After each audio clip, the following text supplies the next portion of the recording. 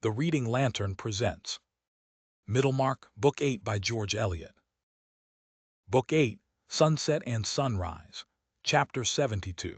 Full souls are double mirrors, making still an endless vista of fair things before, repeating things behind. Dorothea's impetuous generosity, which would have leaped at once to the vindication of Lydgate from the suspicion of having accepted money as a bribe, underwent a melancholy check when she came to consider all the circumstances of the case by the light of Mr. Fairbrother's experience. "It is a delicate matter to touch," he said. "How can we begin to inquire into it? It must be either publicly by setting the magistrate and coroner to work, or privately by questioning Lydgate.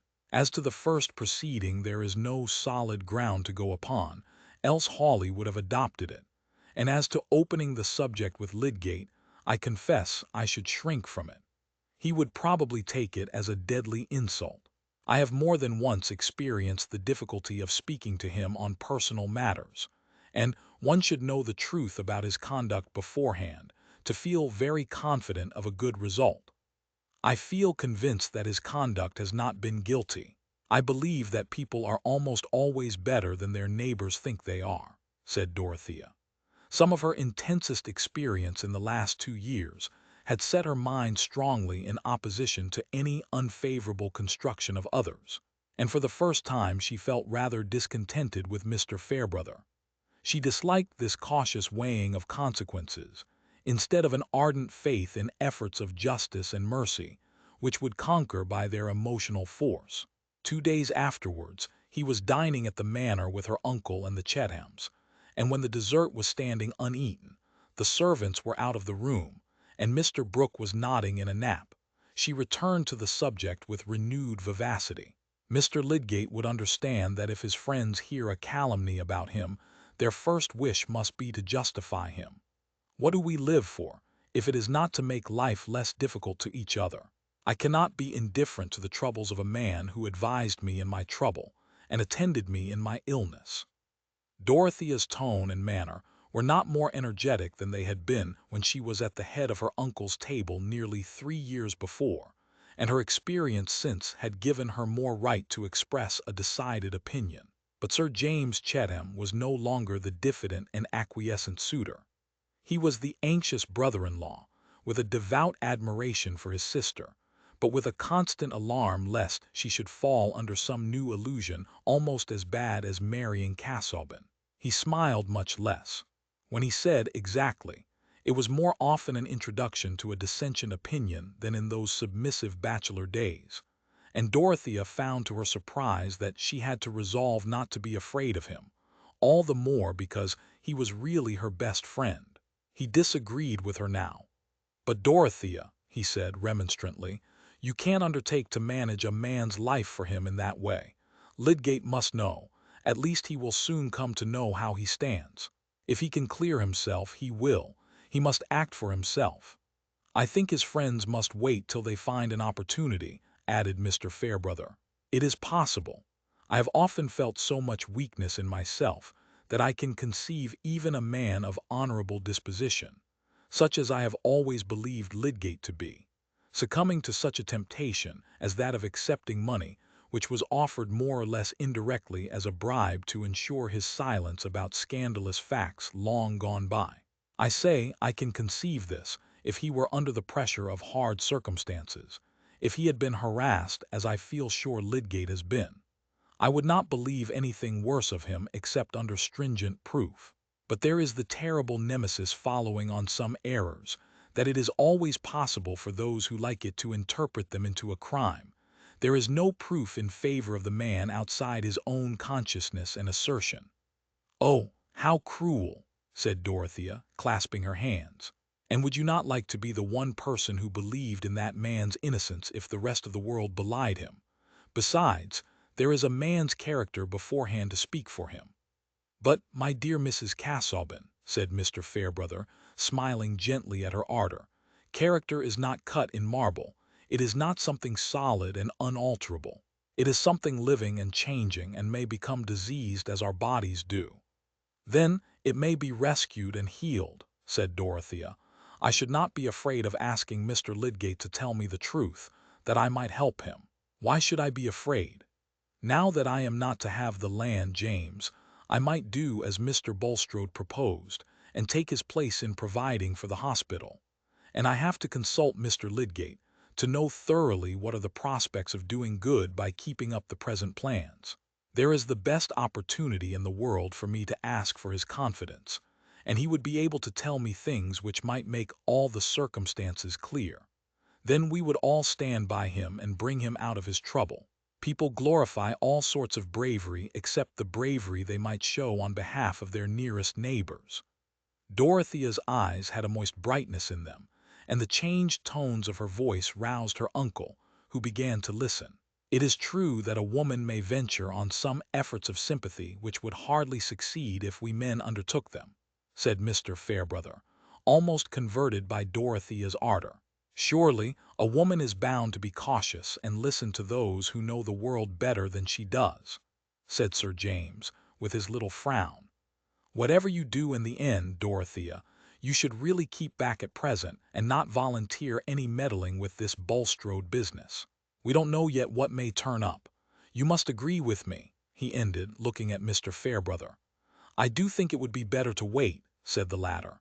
Yes, yes, my dear, said Mr. Brooke, not quite knowing at what point the discussion had arrived, but coming up to it with a contribution which was generally appropriate. It is easy to go too far, you know.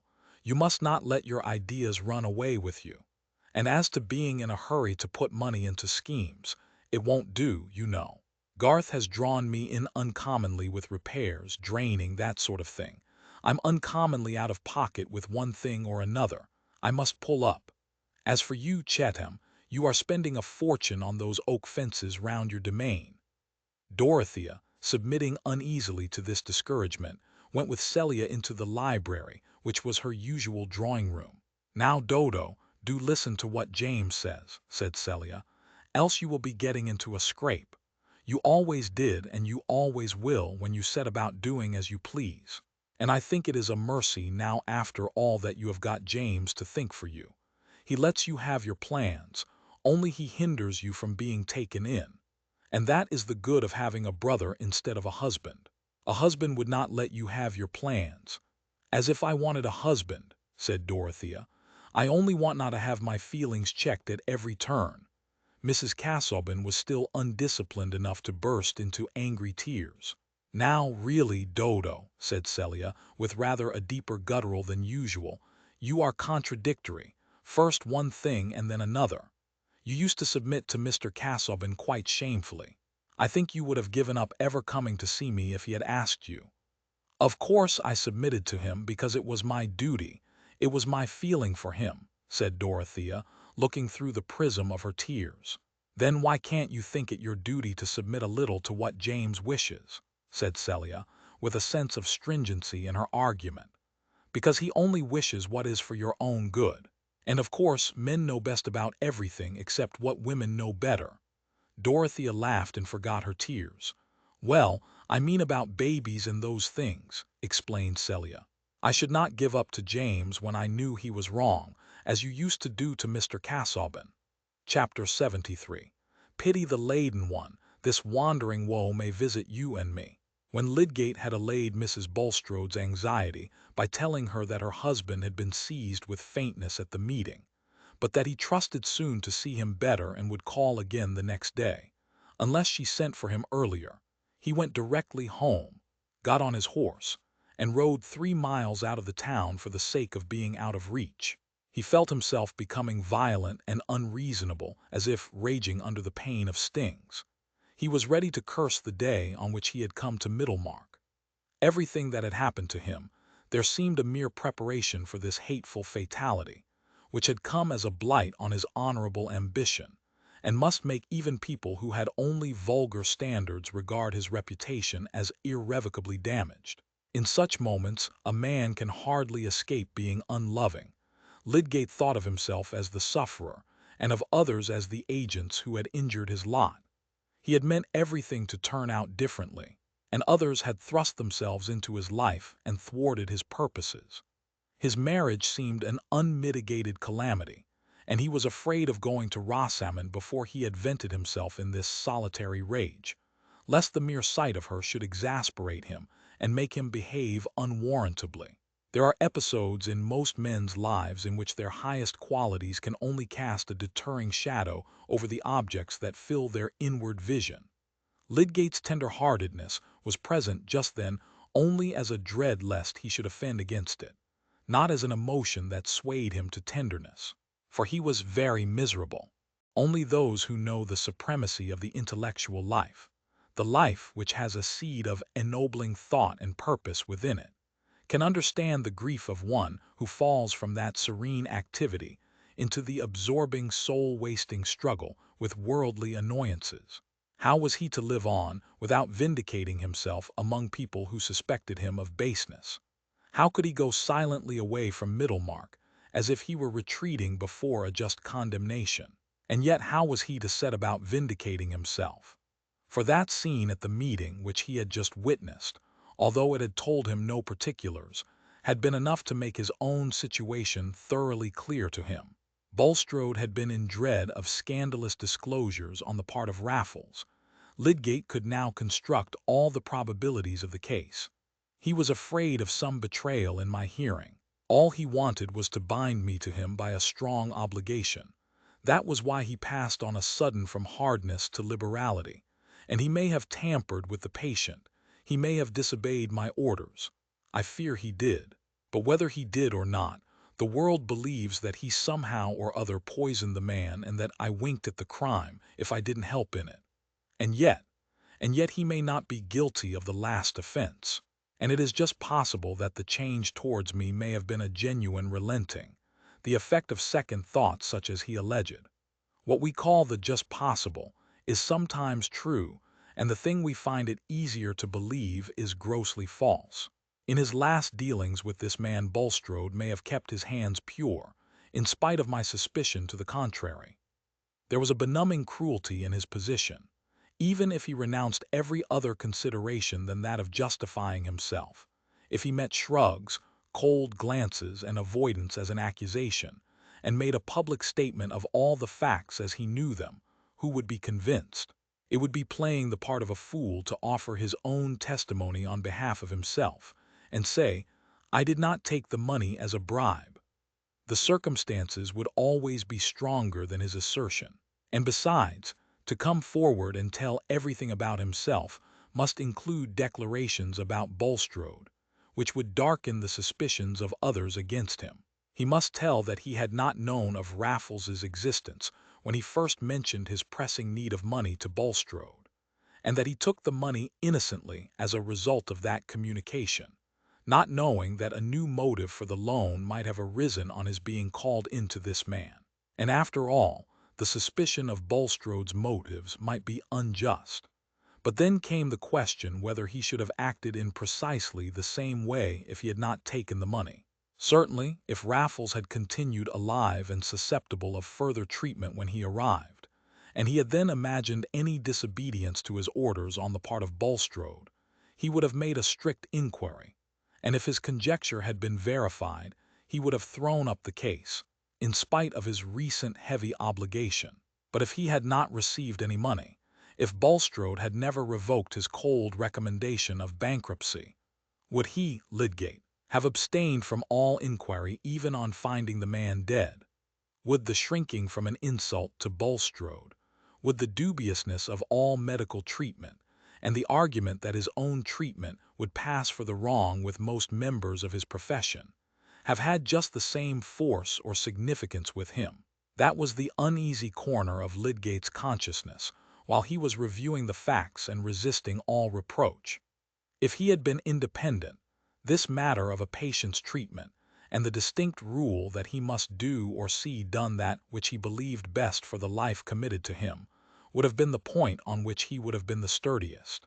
As it was, he had rested in the consideration that disobedience to his orders, however it might have arisen, could not be considered a crime, that in the dominant opinion obedience to his orders was just as likely to be fatal, and that the affair was simply one of etiquette. Whereas, again and again, in his time of freedom, He had denounced the perversion of pathological doubt into moral doubt, and had said, "The purest experiment in treatment may still be conscientious. My business is to take care of life, and to do the best I can think of for it. Science is properly more scrupulous than dogma. Dogma gives a charter to mistake, but the very breath of science is a contest with mistake and must keep the conscience alive." Alas, the scientific conscience had got into the debasing company of money, obligation, and selfish respects. "Is there a medical man of them all in Middlemarch who would question himself as I do?" said poor Lydgate, with a renewed outburst of rebellion against the oppression of his lot. "And yet they will all feel warranted in making a wide space between me and them, as if I were a leper. My practice and my reputation are utterly damned. I can see that. Even if I could be cleared by valid evidence, it would make little difference to the blessed world here. I have been set down as tainted, and should be cheapened to them all the same." Already there had been abundant signs which had hitherto puzzled him, that just when he had been paying off his debts and getting cheerfully on his feet, the townsmen were avoiding him or looking strangely at him, and in 2 instances it came to his knowledge that patients of his had called in another practitioner. The reasons were too plain now. The general blackballing had begun. No wonder that in Lydgate's energetic nature the sense of a hopeless misconstruction easily turned into a dogged resistance. The scowl which occasionally showed itself on his square brow was not a meaningless accident. Already, when he was re-entering the town after that ride taken in the first hours of stinging pain, he was setting his mind on remaining in Middlemarch in spite of the worst that could be done against him. He would not retreat before calumny, as if he submitted to it. He would face it to the utmost, and no act of his should show that he was afraid. It belonged to the generosity as well as defiant force of his nature that he resolved not to shrink from showing to the full his sense of obligation to Bulstrode. It was true that the association with this man had been fatal to him. True that if he had had the £1,000 still in his hands with all his debts unpaid, he would have returned the money to Bulstrode, and taken beggary rather than the rescue which had been sullied with the suspicion of a bribe. For, remember, he was one of the proudest among the sons of men. Nevertheless, he would not turn away from this crushed fellow mortal whose aid he had used, and make a pitiful effort to get acquittal for himself by howling against another. "I shall do as I think right and explain to nobody. They will try to starve me out, but—" He was going on with an obstinate resolve, but he was getting near home, and the thought of Rosamond urged itself again into that chief place from which it had been thrust by the agonized struggles of wounded honor and pride. How would Rosamond take it all? Here was another weight of chain to drag, and poor Lydgate was in a bad mood for bearing her dumb mastery. He had no impulse to tell her the trouble which must soon be common to them both. He preferred waiting for the incidental disclosure which events must soon bring about. Chapter 74. Mercifully grant that we may grow aged together. Book of Tobit, Marriage Prayer. In Middlemarch, a wife could not long remain ignorant that the town held a bad opinion of her husband. No feminine intimate might carry her friendship so far as to make a plain statement to the wife of the unpleasant fact known or believed about her husband. But when a woman with her thoughts much at leisure got them suddenly employed on something grievously disadvantageous to her neighbors, various moral impulses were called into play which tended to stimulate utterance. Candor was one. To be candid, in Middlemarch phraseology, meant to use an early opportunity of letting your friends know that you did not take a cheerful view of their capacity, their conduct, or their position, and a robust candor never waited to be asked for its opinion. Then, again, there was the love of truth, a wide phrase but meaning in this relation, a lively objection to seeing a wife look happier than her husband's character warranted, or manifest too much satisfaction in her lot. The poor thing should have some hint given her that if she knew the truth she would have less complacency in her bonnet, and in light dishes for a supper party. Stronger than all, there was the regard for a friend's moral improvement, sometimes called her soul, which was likely to be benefited by remarks tending to gloom, uttered with the accompaniment of pensive staring at the furniture, and a manner implying that the speaker would not tell what was on her mind, from regard to the feelings of her hearer. On the whole, one might say that an ardent charity was at work setting the virtuous mind to make a neighbor unhappy for her good. There were hardly any wives in Middlemarch whose matrimonial misfortunes would in different ways be likely to call forth more of this moral activity than Rosamond and her aunt Bulstrode. Mrs. Bulstrode was not an object of dislike, and had never consciously injured any human being. Men had always thought her a handsome, comfortable woman, and had reckoned it among the signs of Bulstrode's hypocrisy that he had chosen a red-blooded Vincey, instead of a ghastly and melancholy person suited to his low esteem for earthly pleasure. When the scandal about her husband was disclosed, they remarked of her, "Ah, poor woman! She's as honest as the day she never suspected anything wrong in him, you may depend on it." Women who were intimate with her talked together much of poor Harriet, imagined what her feelings must be when she came to know everything, and conjectured how much she had already come to know. There was no spiteful disposition towards her. Rather, there was a busy benevolence anxious to ascertain what it would be well for her to feel and do under the circumstances, which of course kept the imagination occupied with her character and history from the times when she was Harriet Vincey till now. With the review of Mrs. Bulstrode and her position it was inevitable to associate Rosamond, whose prospects were under the same blight with her aunt's. Rosamond was more severely criticized and less pitied, though she too, as one of the good old Vincey family who had always been known in Middlemarch, was regarded as a victim to marriage with an interloper. The Vinceys had their weaknesses, but then they lay on the surface. There was never anything bad to be found out concerning them. Mrs. Bulstrode was vindicated from any resemblance to her husband. Harriet's faults were her own. "She has always been showy," said Mrs. Hackbutt, making tea for a small party, "though she has got into the way of putting her religion forward to conform to her husband. She has tried to hold her head up above Middlemarch by making it known that she invites clergymen and heaven knows who from Riverston and those places.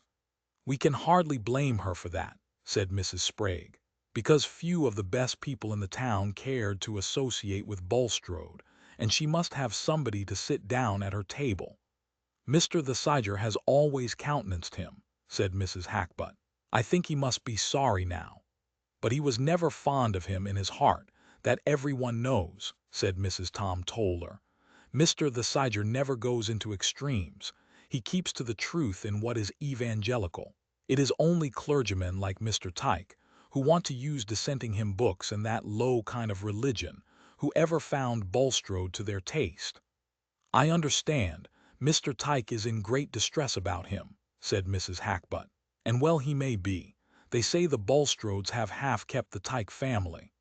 "And of course it is a discredit to his doctrines," said Mrs. Sprague, who was elderly and old-fashioned in her opinions. "People will not make a boast of being Methodistical in Middlemarch for a good while to come."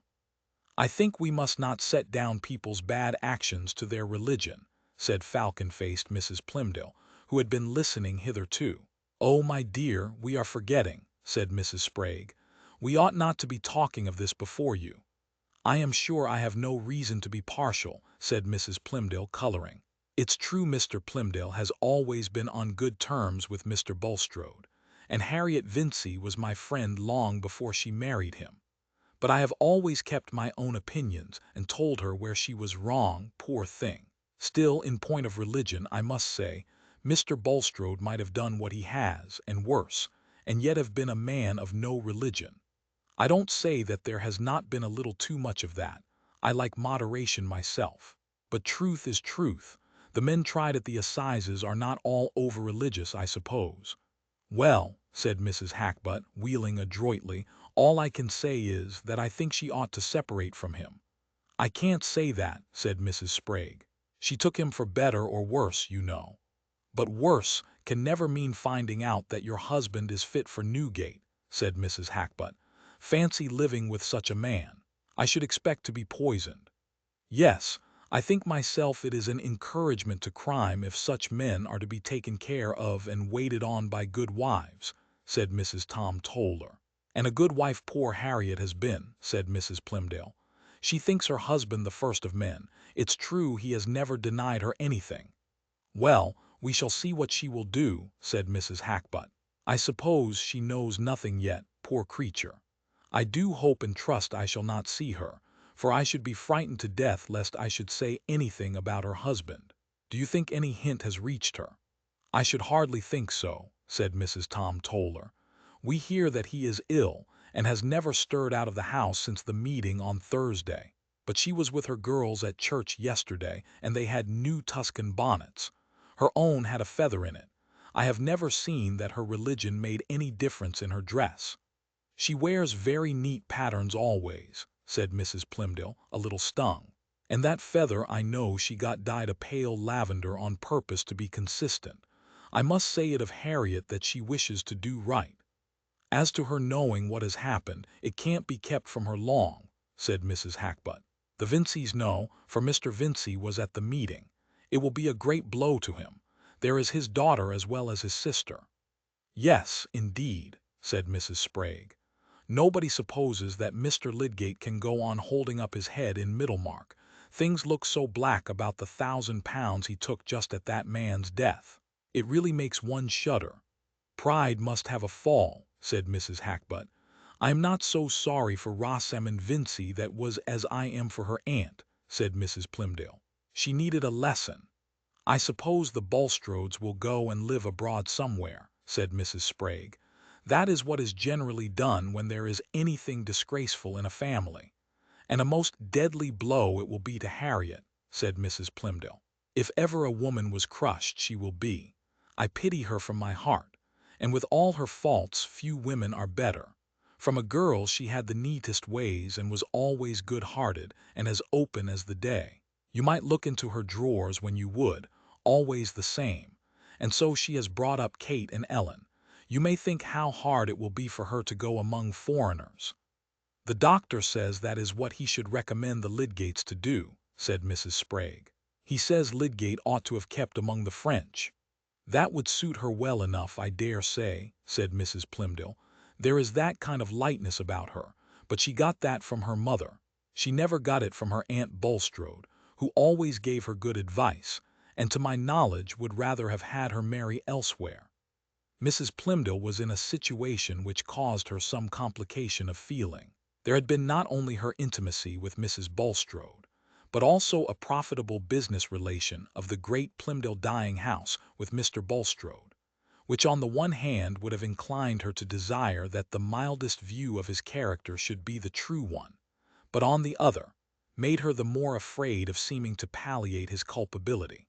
Again, the late alliance of her family with the Tollers had brought her in connection with the best circle, which gratified her in every direction, except in the inclination to those serious views which she believed to be the best in another sense. The sharp little woman's conscience was somewhat troubled in the adjustment of these opposing bests, and of her griefs and satisfactions under late events, which were likely to humble those who needed humbling, but also to fall heavily on her old friend, whose faults she would have preferred seeing on a background of prosperity. Poor Mrs. Bulstrode, meanwhile, had been no further shaken by the oncoming tread of calamity than in the busier stirring of that secret uneasiness which had always been present in her since the last visit of Raffles to the Shrubs, that the hateful man had come ill to Stone Court, and that her husband had chosen to remain there and watch over him. She allowed to be explained by the fact that Raffles had been employed and aided in earlier days, and that this made a tie of benevolence towards him in his degraded helplessness, and she had been since then innocently cheered by her husband's more hopeful speech about his own health and ability to continue his attention to business. The calm was disturbed when Lydgate had brought him home ill from the meeting, and in spite of comforting assurances during the next few days, she cried in private from the conviction that her husband was not suffering from bodily illness merely, but from something that afflicted his mind. He would not allow her to read to him, and scarcely to sit with him, alleging nervous susceptibility to sounds and movements. Yet she suspected that in shutting himself up in his private room he wanted to be busy with his papers. Something she felt sure had happened. Perhaps it was some great loss of money, and she was kept in the dark. Not daring to question her husband, she said to Lydgate on the 5th day after the meeting, when she had not left home except to go to church, "Mr. Lydgate, pray be open with me. I like to know the truth. Has anything happened to Mr. Bulstrode?" "Some little nervous shock," said Lydgate, evasively. He felt that it was not for him to make the painful revelation. "But what brought it on?" said Mrs. Bulstrode, looking directly at him with her large dark eyes. "There is often something poisonous in the air of public rooms," said Lydgate. "Strong men can stand it, but it tells on people in proportion to the delicacy of their systems. It is often impossible to account for the precise moment of an attack, or rather, to say why the strength gives way at a particular moment." Mrs. Bulstrode was not satisfied with this answer. There remained in her the belief that some calamity had befallen her husband, of which she was to be kept in ignorance, and it was in her nature strongly to object to such concealment. She begged leave for her daughters to sit with their father, and drove into the town to pay some visits, conjecturing that if anything were known to have gone wrong in Mr. Bulstrode's affairs, she should see or hear some sign of it. She called on Mrs. the Siger, who was not at home, and then drove to Mrs. Hackbutt's on the other side of the churchyard. Mrs. Hackbutt saw her coming from an upstairs window, and remembering her former alarm lest she should meet Mrs. Bulstrode, felt almost bound in consistency to send word that she was not at home. But against that, there was a sudden strong desire within her for the excitement of an interview in which she was quite determined not to make the slightest allusion to what was in her mind. Hence Mrs. Bulstrode was shown into the drawing-room, and Mrs. Hackbutt went to her, with more tightness of lip and rubbing of her hands than was usually observable in her, these being precautions adopted against freedom of speech. She was resolved not to ask how Mr. Bulstrode was.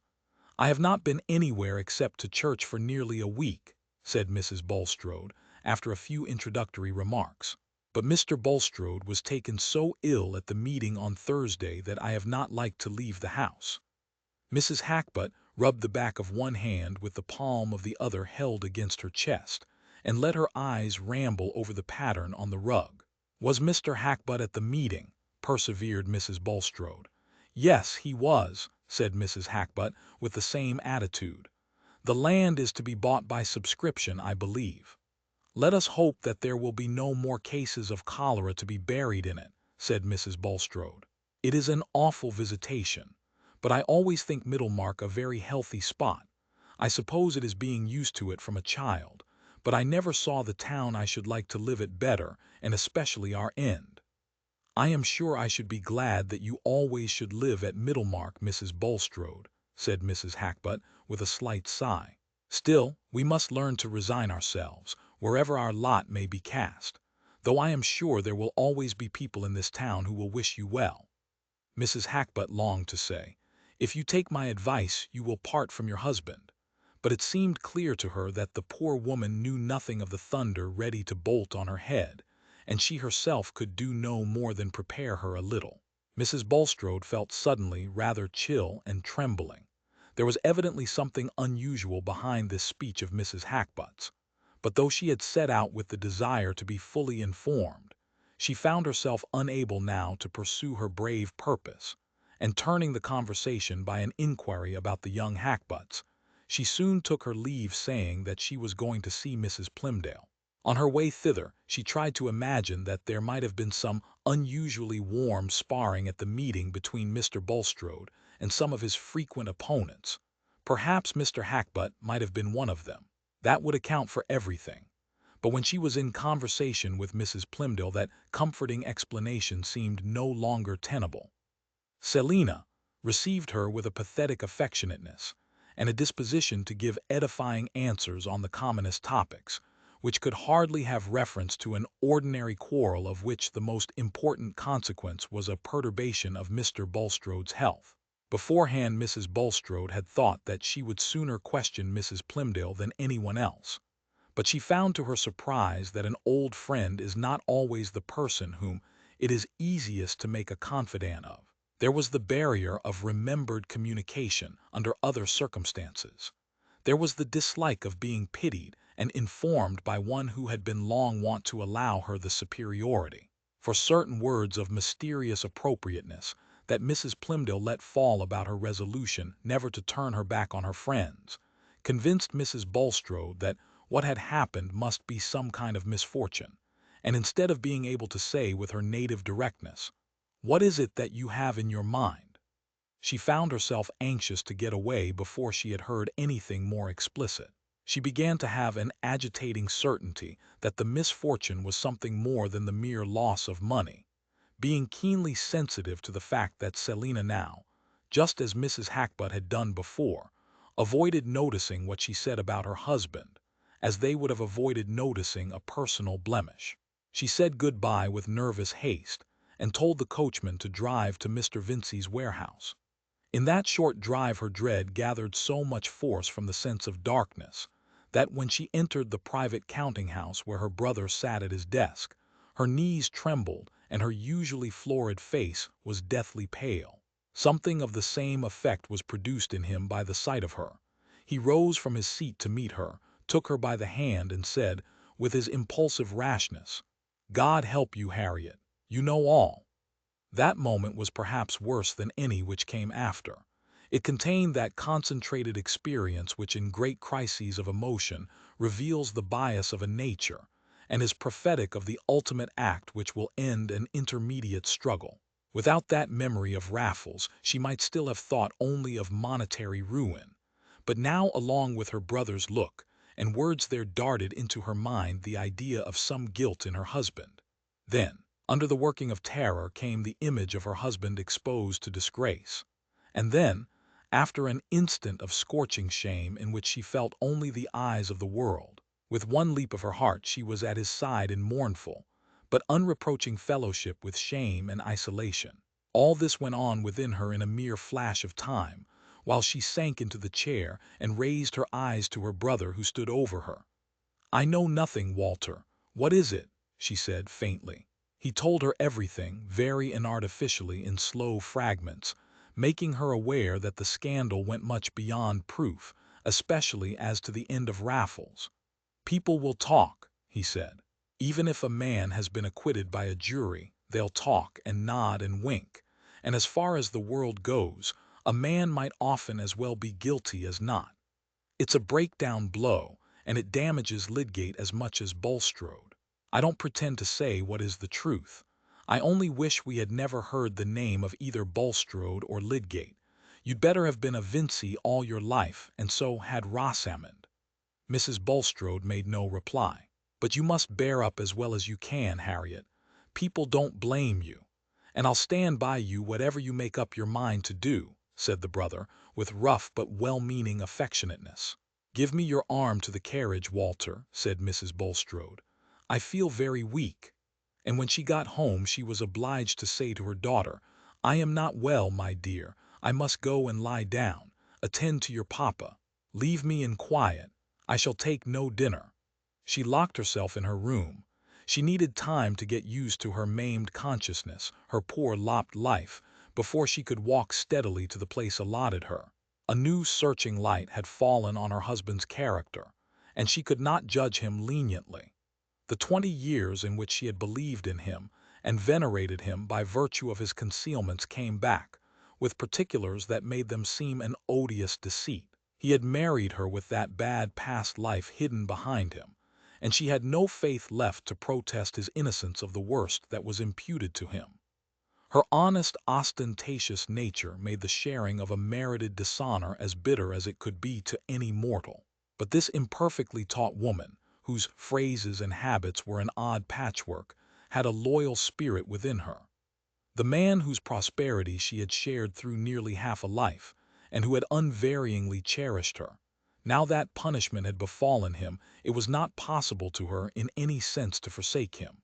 There is a forsaking which still sits at the same board and lies on the same couch with the forsaken soul, withering it the more by unloving proximity. She knew, when she locked her door, that she should unlock it ready to go down to her unhappy husband and espouse his sorrow, and say of his guilt, I will mourn and not reproach. But she needed time to gather up her strength. She needed to sob out her farewell to all the gladness and pride of her life.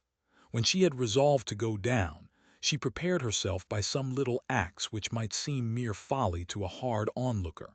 They were her way of expressing to all spectators, visible or invisible, that she had begun a new life in which she embraced humiliation. She took off all her ornaments and put on a plain black gown, and instead of wearing her much adorned cap and large bows of hair, she brushed her hair down and put on a plain bonnet cap, which made her look suddenly like an early Methodist.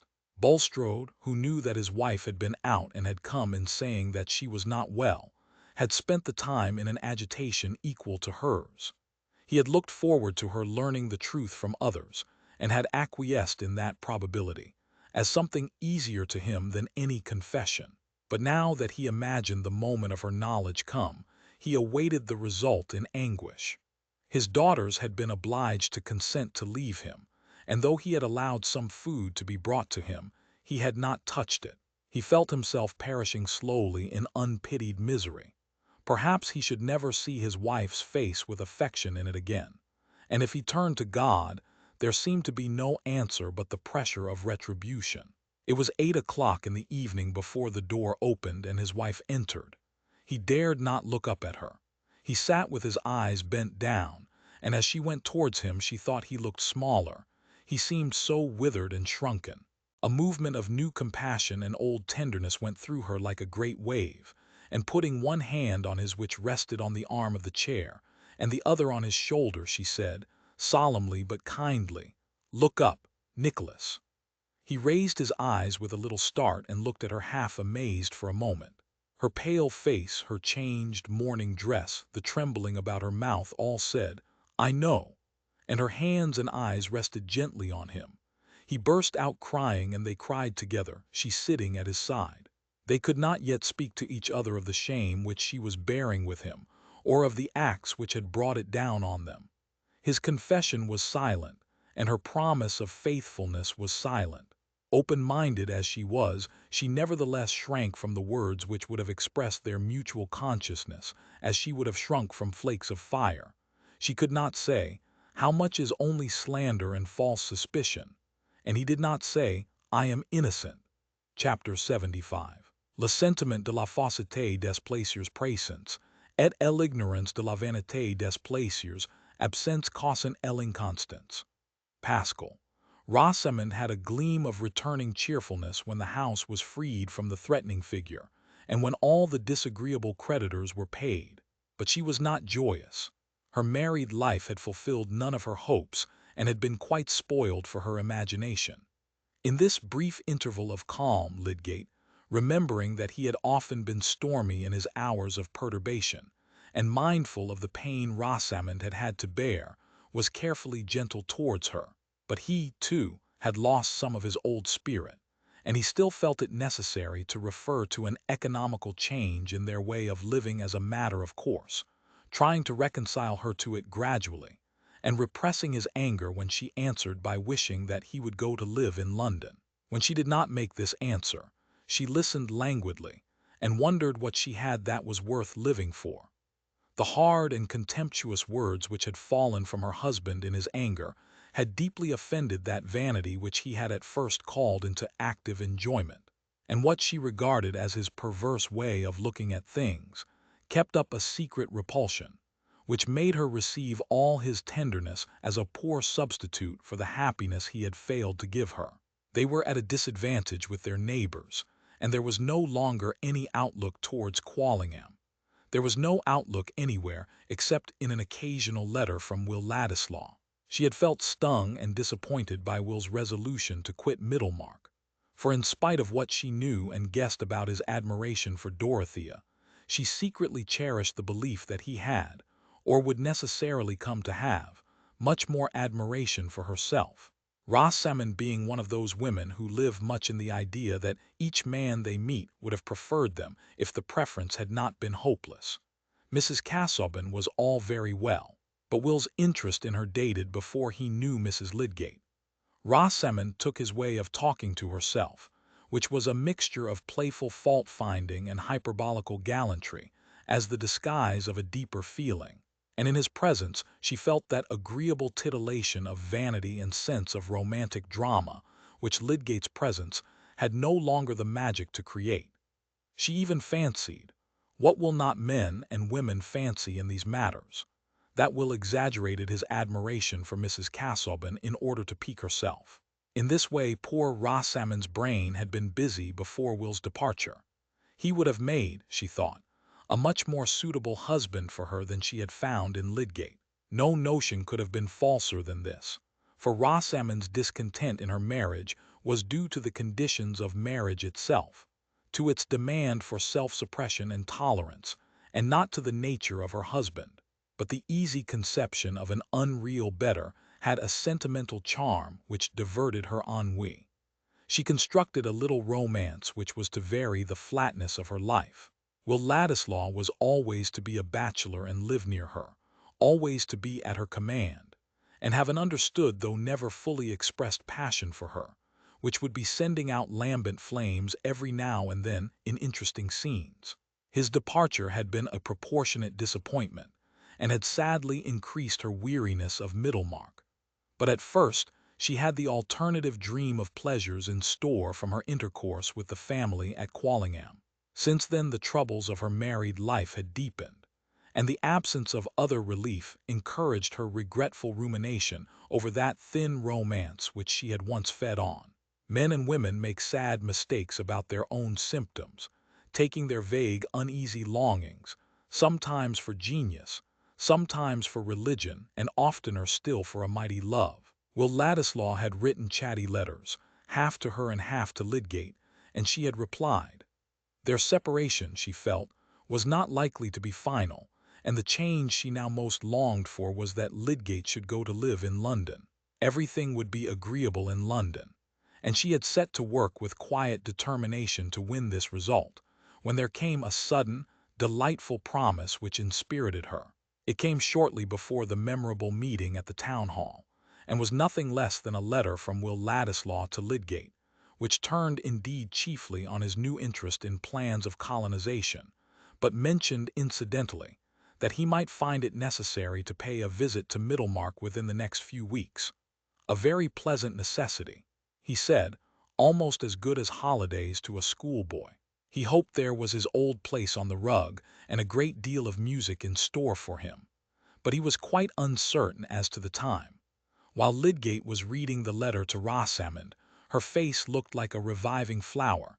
It grew prettier and more blooming. There was nothing unendurable now.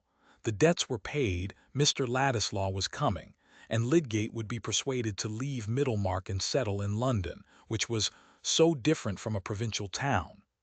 That was a bright bit of morning, but soon the sky became black over poor Rosamond.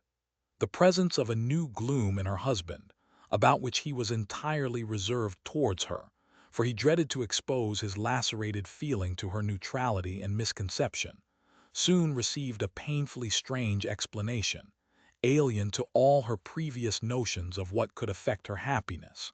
In the new gaiety of her spirits, thinking that Lydgate had merely a worse fit of moodiness than usual, causing him to leave her remarks unanswered, and evidently to keep out of her way as much as possible, she chose, a few days after the meeting, and without speaking to him on the subject, to send out notes of invitation for a small evening party, feeling convinced that this was a judicious step, since people seemed to have been keeping aloof from them, and wanted restoring to the old habit of intercourse.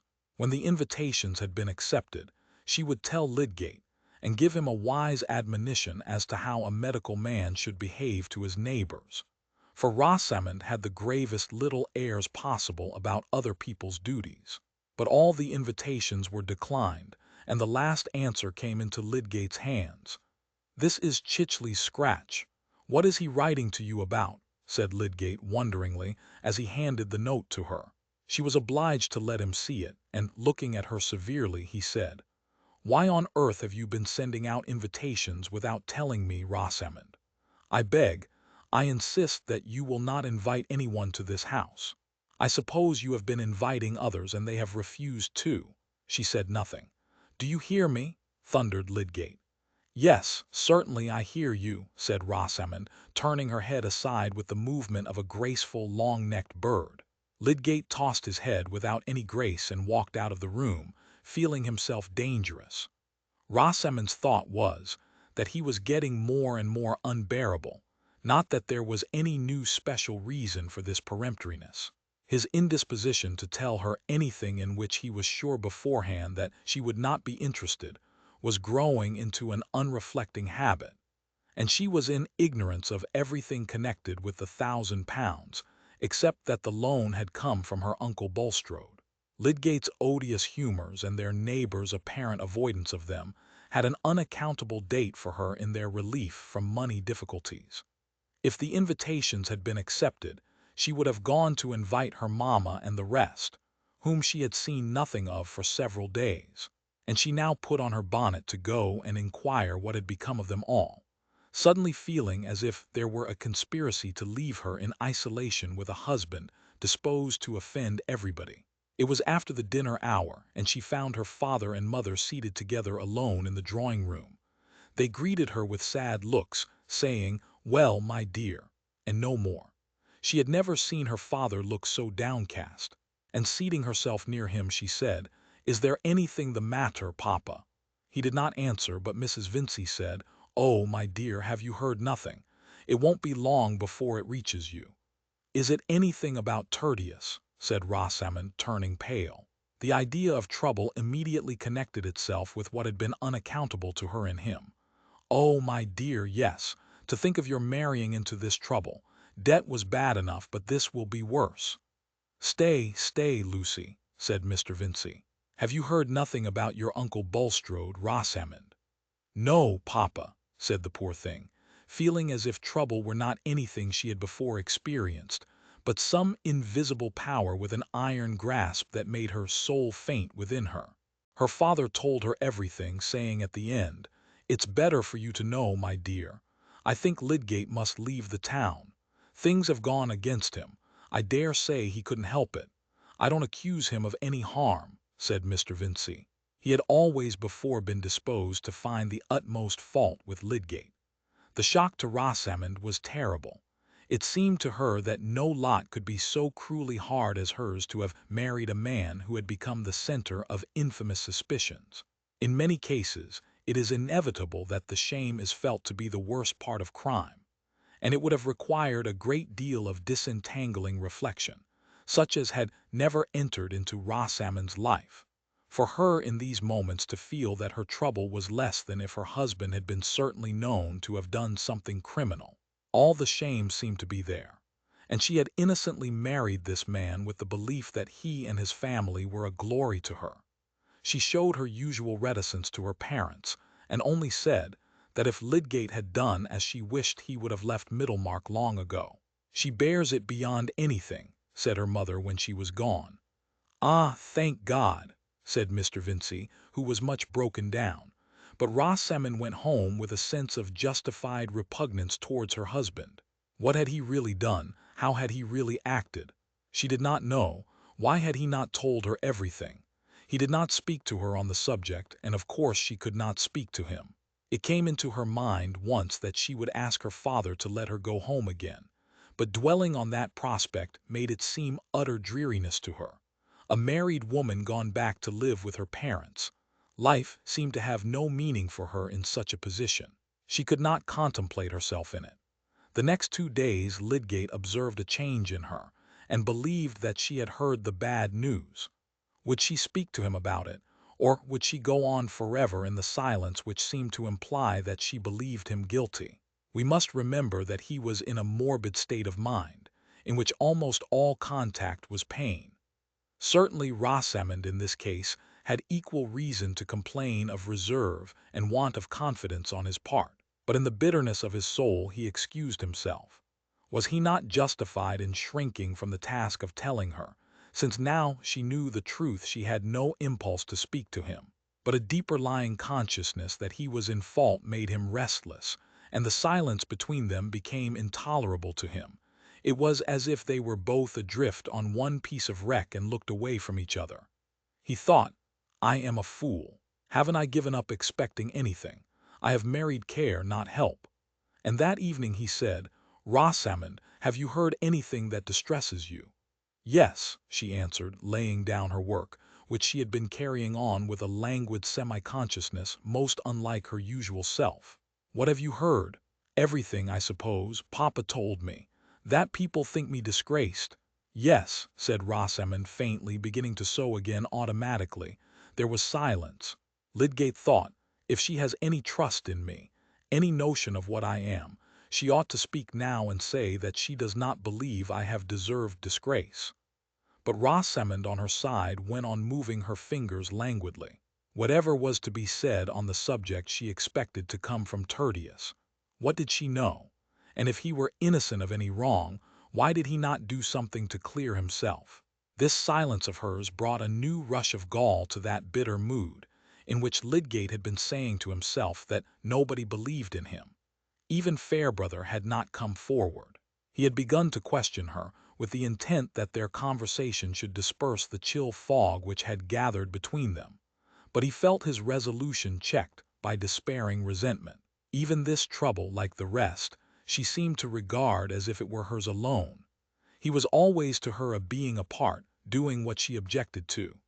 He started from his chair with an angry impulse, and thrusting his hands in his pockets, walked up and down the room. There was an underlying consciousness all the while that he should have to master this anger, and tell her everything, and convince her of the facts. For he had almost learned the lesson that he must bend himself to her nature, and that because she came short in her sympathy, he must give the more. Soon he recurred to his intention of opening himself. The occasion must not be lost.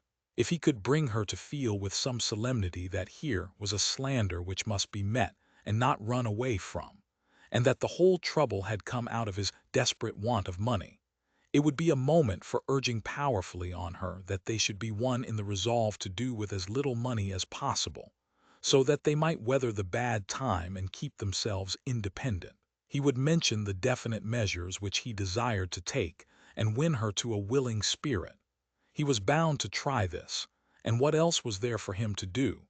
He did not know how long he had been walking uneasily backwards and forwards, but Rosamond felt that it was long, and wished that he would sit down. She too had begun to think this an opportunity for urging on Tertius what he ought to do. Whatever might be the truth about all this misery, there was one dread which asserted itself.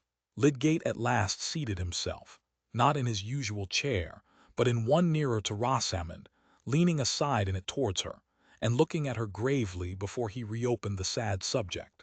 He had conquered himself so far, and was about to speak with a sense of solemnity, as on an occasion which was not to be repeated. He had even opened his lips when Rosamond, letting her hands fall, looked at him and said, "Surely, Tertius, well, surely now at last you have given up the idea of staying in Middlemarch. I cannot go on living here. Let us go to London. Papa and everyone else says you had better go. Whatever misery I have to put up with, it will be easier away from here." Lydgate felt miserably jarred. Instead of that critical outpouring for which he had prepared himself with effort, here was the old round to be gone through again. He could not bear it. With a quick change of countenance he rose and went out of the room. Perhaps if he had been strong enough to persist in his determination to be the more because she was less, that evening might have had a better issue. If his energy could have borne down that check, he might still have wrought on Rosamond's vision and will. We cannot be sure that any natures, however inflexible or peculiar, will resist this effect from a more massive being than their own. They may be taken by storm, and for the moment converted, becoming part of the soul which enwraps them in the ardor of its movement. But poor Lydgate had a throbbing pain within him, and his energy had fallen short of its task. The beginning of mutual understanding and resolve seemed as far off as ever. Nay, it seemed blocked out by the sense of unsuccessful effort. They lived on from day to day with their thoughts still apart, Lydgate going about what work he had in a mood of despair, and Rosamond feeling, with some justification, that he was behaving cruelly. It was of no use to say anything to Tertius, but when Will Ladislaw came, she was determined to tell him everything. In spite of her general reticence, She needed someone who would recognize her wrongs. Chapter 76. To mercy, pity, peace, and love all pray in their distress, and to these virtues of delight return their thankfulness. For mercy has a human heart, pity a human face, and love the human form divine, and peace the human dress. William Blake, Songs of Innocence. Some days later, Lydgate was riding to Lowick Manor, in consequence of a summons from Dorothea. The summons had not been unexpected, since it had followed a letter from Mr. Bulstrode, in which he stated that he had resumed his arrangements for quitting Middlemarch, and must remind Lydgate of his previous communications about the hospital, to the purport of which he still adhered. It had been his duty, before taking further steps, to reopen the subject with Mrs. Casaubon, who now wished, as before, to discuss the question with Lydgate. "Your views may possibly have undergone some change," wrote Mr. Bulstrode, "but in that case also it is desirable that you should lay them before her." Dorothea awaited his arrival with eager interest. Though, in deference to her masculine advisers, she had refrained from what Sir James had called interfering in this Bulstrode business. The hardship of Lydgate's position was continually in her mind, and when Bulstrode applied to her again about the hospital, she felt that the opportunity was come to her which she had been hindered from hastening. In her luxurious home, wandering under the boughs of her own great trees, her thought was going out over the lot of others, and her emotions were imprisoned. The idea of some active good within her reach haunted her like a passion, and another's need having once come to her as a distinct image, preoccupied her desire with the yearning to give relief, and made her own ease tasteless. She was full of confident hope about this interview with Lydgate, never heeding what was said of his personal reserve, never heeding that she was a very young woman. Nothing could have seemed more irrelevant to Dorothea than insistence on her youth and sex when she was moved to show her human fellowship. As she sat waiting in the library, she could do nothing but live through again all the past scenes which had brought Lydgate into her memories. They all owed their significance to her marriage and its troubles. But no, there were two occasions in which the image of Lydgate had come painfully in connection with his wife and someone else. The pain had been allayed for Dorothea, but it had left in her an awakened conjecture as to what Lydgate's marriage might be to him, a susceptibility to the slightest hint about Mrs. Lydgate. These thoughts were like a drama to her, and made her eyes bright, and gave an attitude of suspense to her whole frame, though she was only looking out from the brown library on to the turf and the bright green buds which stood in relief against the dark evergreens. When Lydgate came in, she was almost shocked at the change in his face, which was strikingly perceptible to her who had not seen him for 2 months. It was not the change of emaciation, but that effect which even young faces will very soon show from the persistent presence of resentment and despondency. Her cordial look, when she put out her hand to him, softened his expression, but only with melancholy. "I have wished very much to see you for a long while, Mr. Lydgate," said Dorothea when they were seated opposite each other, "but I put off asking you to come until Mr. Bulstrode applied to me again about the hospital. I know that the advantage of keeping the management of it separate from that of the infirmary depends on you, or, at least, on the good which you are encouraged to hope for from having it under your control, and I am sure you will not refuse to tell me exactly what you think. You want to decide whether you should give a generous support to the hospital," said Lydgate. "I cannot conscientiously advise you to do it in dependence on any activity of mine. I may be obliged to leave the town." He spoke curtly, feeling the ache of despair as to his being able to carry out any purpose that Rosamond had set her mind against. "Not because there is no one to believe in you," said Dorothea, pouring out her words in clearness from a full heart. "I know the unhappy mistakes about you. I knew them from the first moment to be mistakes. You have never done anything vile. You would not do anything dishonorable." It was the first assurance of belief in him that had fallen on Lydgate's ears. He drew a deep breath and said, "Thank you." He could say no more. It was something very new and strange in his life that these few words of trust from a woman should be so much to him. "I beseech you to tell me how everything was," said Dorothea fearlessly. "I am sure that the truth would clear you." Lydgate started up from his chair and went towards the window, forgetting where he was.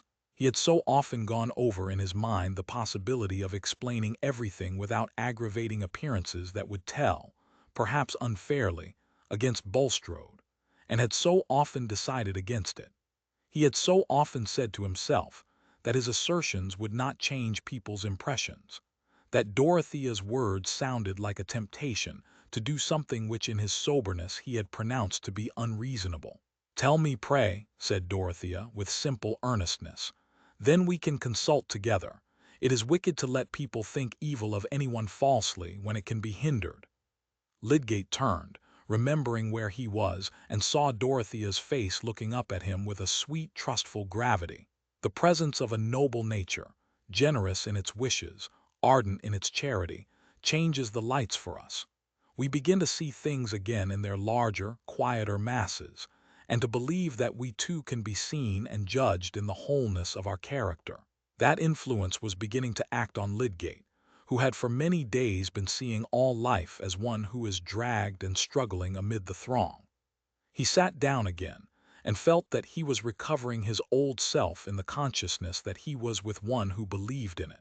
"I don't want," he said, "to bear hard on Bulstrode, who has lent me money of which I was in need, though I would rather have gone without it now. He is hunted down and miserable, and has only a poor thread of life in him. But I should like to tell you everything. It will be a comfort to me to speak where belief has gone beforehand, and where I shall not seem to be offering assertions of my own honesty. You will feel what is fair to another, as you feel what is fair to me." "Do trust me," said Dorothea.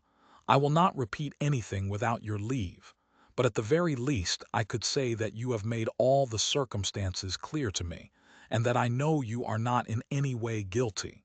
Mr. Fairbrother would believe me, and my uncle and Sir James Chatham. Nay, there are persons in Middlemarch to whom I could go. Although they don't know much of me, they would believe me. They would know that I could have no other motive than truth and justice. I would take any pains to clear you. I have very little to do. There is nothing better that I can do in the world." Dorothea's voice, as she made this childlike picture of what she would do, might have been almost taken as a proof that she could do it effectively. The searching tenderness of her woman's tones seemed made for a defense against ready accusers. Lydgate did not stay to think that she was quixotic. He gave himself up, for the first time in his life, to the exquisite sense of leaning entirely on a generous sympathy, without any check of proud reserve. And he told her everything, from the time when, under the pressure of his difficulties, he unwillingly made his first application to Bulstrode.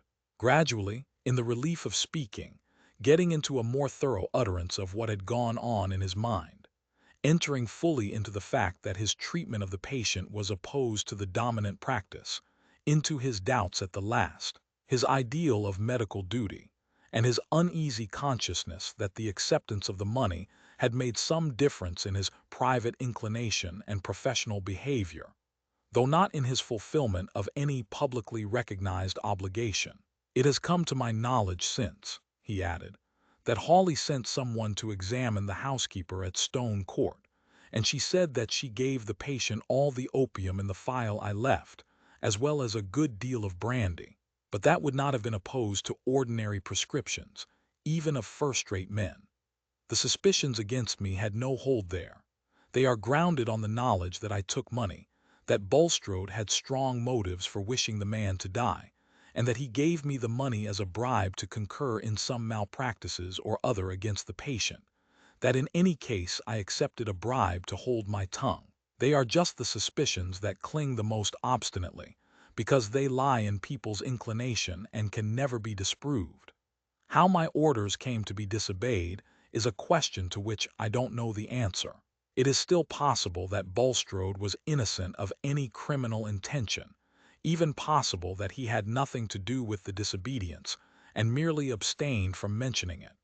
But all that has nothing to do with the public belief. It is one of those cases on which a man is condemned on the ground of his character. It is believed that he has committed a crime in some undefined way, because he had the motive for doing it, and Bulstrode's character has enveloped me because I took his money. I am simply blighted like a damaged ear of corn.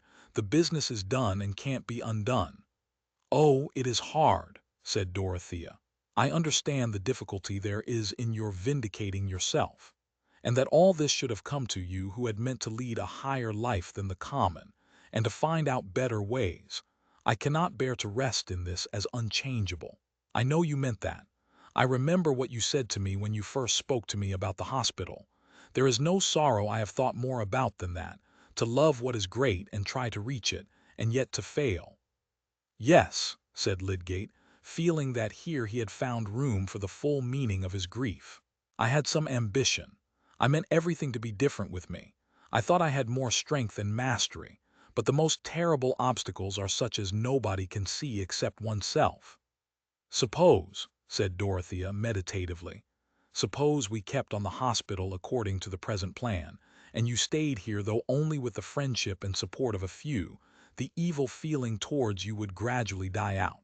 There would come opportunities in which people would be forced to acknowledge that they had been unjust to you, because they would see that your purposes were pure. You may still win a great fame like the Louis and Lenik I have heard you speak of, and we shall all be proud of you," she ended, with a smile. "That might do if I had my old trust in myself," said Lydgate mournfully. "Nothing galls me more than the notion of turning round and running away before this slander, leaving it unchecked behind me. Still, I can't ask anyone to put a great deal of money into a plan which depends on me." "It would be quite worth my while," said Dorothea simply. "Only think, I am very uncomfortable with my money, because they tell me I have too little for any great scheme of the sort I like best, and yet I have too much. I don't know what to do. I have 700 a year of my own fortune, and 1900 a year that Mr. Casaubon left me, and between 3 and 4,000 of ready money in the bank. I wish to raise money and pay it off gradually out of my income which I don't want, to buy land with and found a village which should be a school of industry. But Sir James and my uncle have convinced me that the risk would be too great. So you see that what I should most rejoice at would be to have something good to do with my money. I should like it to make other people's lives better to them. It makes me very uneasy, coming all to me who don't want it." A smile broke through the gloom of Lydgate's face. The childlike grave-eyed earnestness with which Dorothea said all this was irresistible, blent into an adorable whole with her ready understanding of high experience. Of lower experience such as plays a great part in the world, poor Mrs. Casaubon had a very blurred, short-sighted knowledge, little helped by her imagination. But she took the smile as encouragement of her plan. "I think you see now that you spoke too scrupulously," she said, in a tone of persuasion. "The hospital would be one good, and making your life quite whole and well again would be another." Lydgate's smile had died away. "You have the goodness as well as the money to do all that, if it could be done," he said. "But—" he hesitated a little while, looking vaguely towards the window, and she sat in silent expectation. At last he turned towards her and said impetuously, "Why should I not tell you? You know what sort of bond marriage is. You will understand everything." Dorothea felt her heart beginning to beat faster. Had he that sorrow too? But she feared to say any word, and he went on immediately. "It is impossible for me now to do anything, to take any step without considering my wife's happiness. The thing that I might like to do if I were alone is become impossible to me. I can't see her miserable. She married me without knowing what she was going into, and it might have been better for her if she had not married me." I know. You could not give her pain if you were not obliged to do it," said Dorothea, with keen memory of her own life. "And she has set her mind against staying. She wishes to go. The troubles she has had here have wearied her," said Lydgate, breaking off again, lest he should say too much. "But when she saw the good that might come of staying," said Dorothea, remonstrantly, looking at Lydgate as if he had forgotten the reasons which had just been considered. He did not speak immediately. "She would not see it," he said at last curtly, feeling at first that this statement must do without explanation. "And indeed I have lost all spirit about carrying on my life here." He paused a moment and then, Following the impulse to let Dorothea see deeper into the difficulty of his life, he said, "The fact is, this trouble has come upon her confusedly. We have not been able to speak to each other about it. I am not sure what is in her mind about it. She may fear that I have really done something base. It is my fault. I ought to be more open. But I have been suffering cruelly." "May I go and see her?" said Dorothea, eagerly. "Would she accept my sympathy? I would tell her that you have not been blamable before anyone's judgment but your own. I would tell her that you shall be cleared in every fair mind. I would cheer her heart. Will you ask her if I may go to see her? I did see her once." "I am sure you may," said Lydgate, seizing the proposition with some hope. "She would feel honored, cheered, I think, by the proof that you at least have some respect for me. I will not speak to her about your coming, that she may not connect it with my wishes at all. I know very well that I ought not to have left anything to be told her by others, but—" He broke off, and there was a moment's silence. Dorothea refrained from saying what was in her mind. How well she knew that there might be invisible barriers to speech between husband and wife. This was a point on which even sympathy might make a wound. She returned to the more outward aspect of Lydgate's position, saying cheerfully, "And if Mrs. Lydgate knew that there were friends who would believe in you and support you, she might then be glad that you should stay in your place and recover your hopes, and do what you meant to do. Perhaps then you would see that it was right to agree with what I proposed about your continuing at the hospital. Surely you would, if you still have faith in it as a means of making your knowledge useful." Lydgate did not answer, and she saw that he was debating with himself. "You need not decide immediately," she said, gently. "A few days hence it will be early enough for me to send my answer to Mr. Bulstrode." Lydgate still waited, but at last turned to speak in his most decisive tones. "No, I prefer that there should be no interval left for wavering. I am no longer sure enough of myself. I mean of what it would be possible for me to do under the changed circumstances of my life. It would be dishonorable to let others engage themselves to anything serious in dependence on me. I might be obliged to go away after all. I see little chance of anything else. The whole thing is too problematic. I cannot consent to be the cause of your goodness being wasted. No, let the new hospital be joined with the old infirmary, and everything go on as it might have done if I had never come. I have kept a valuable register since I have been there. I shall send it to a man who will make use of it," he ended bitterly. "I can think of nothing for a long while but getting an income." "It hurts me very much to hear you speak so hopelessly," said Dorothea. "It would be a happiness to your friends, who believe in your future, in your power to do great things, if you would let them save you from that. Think how much money I have.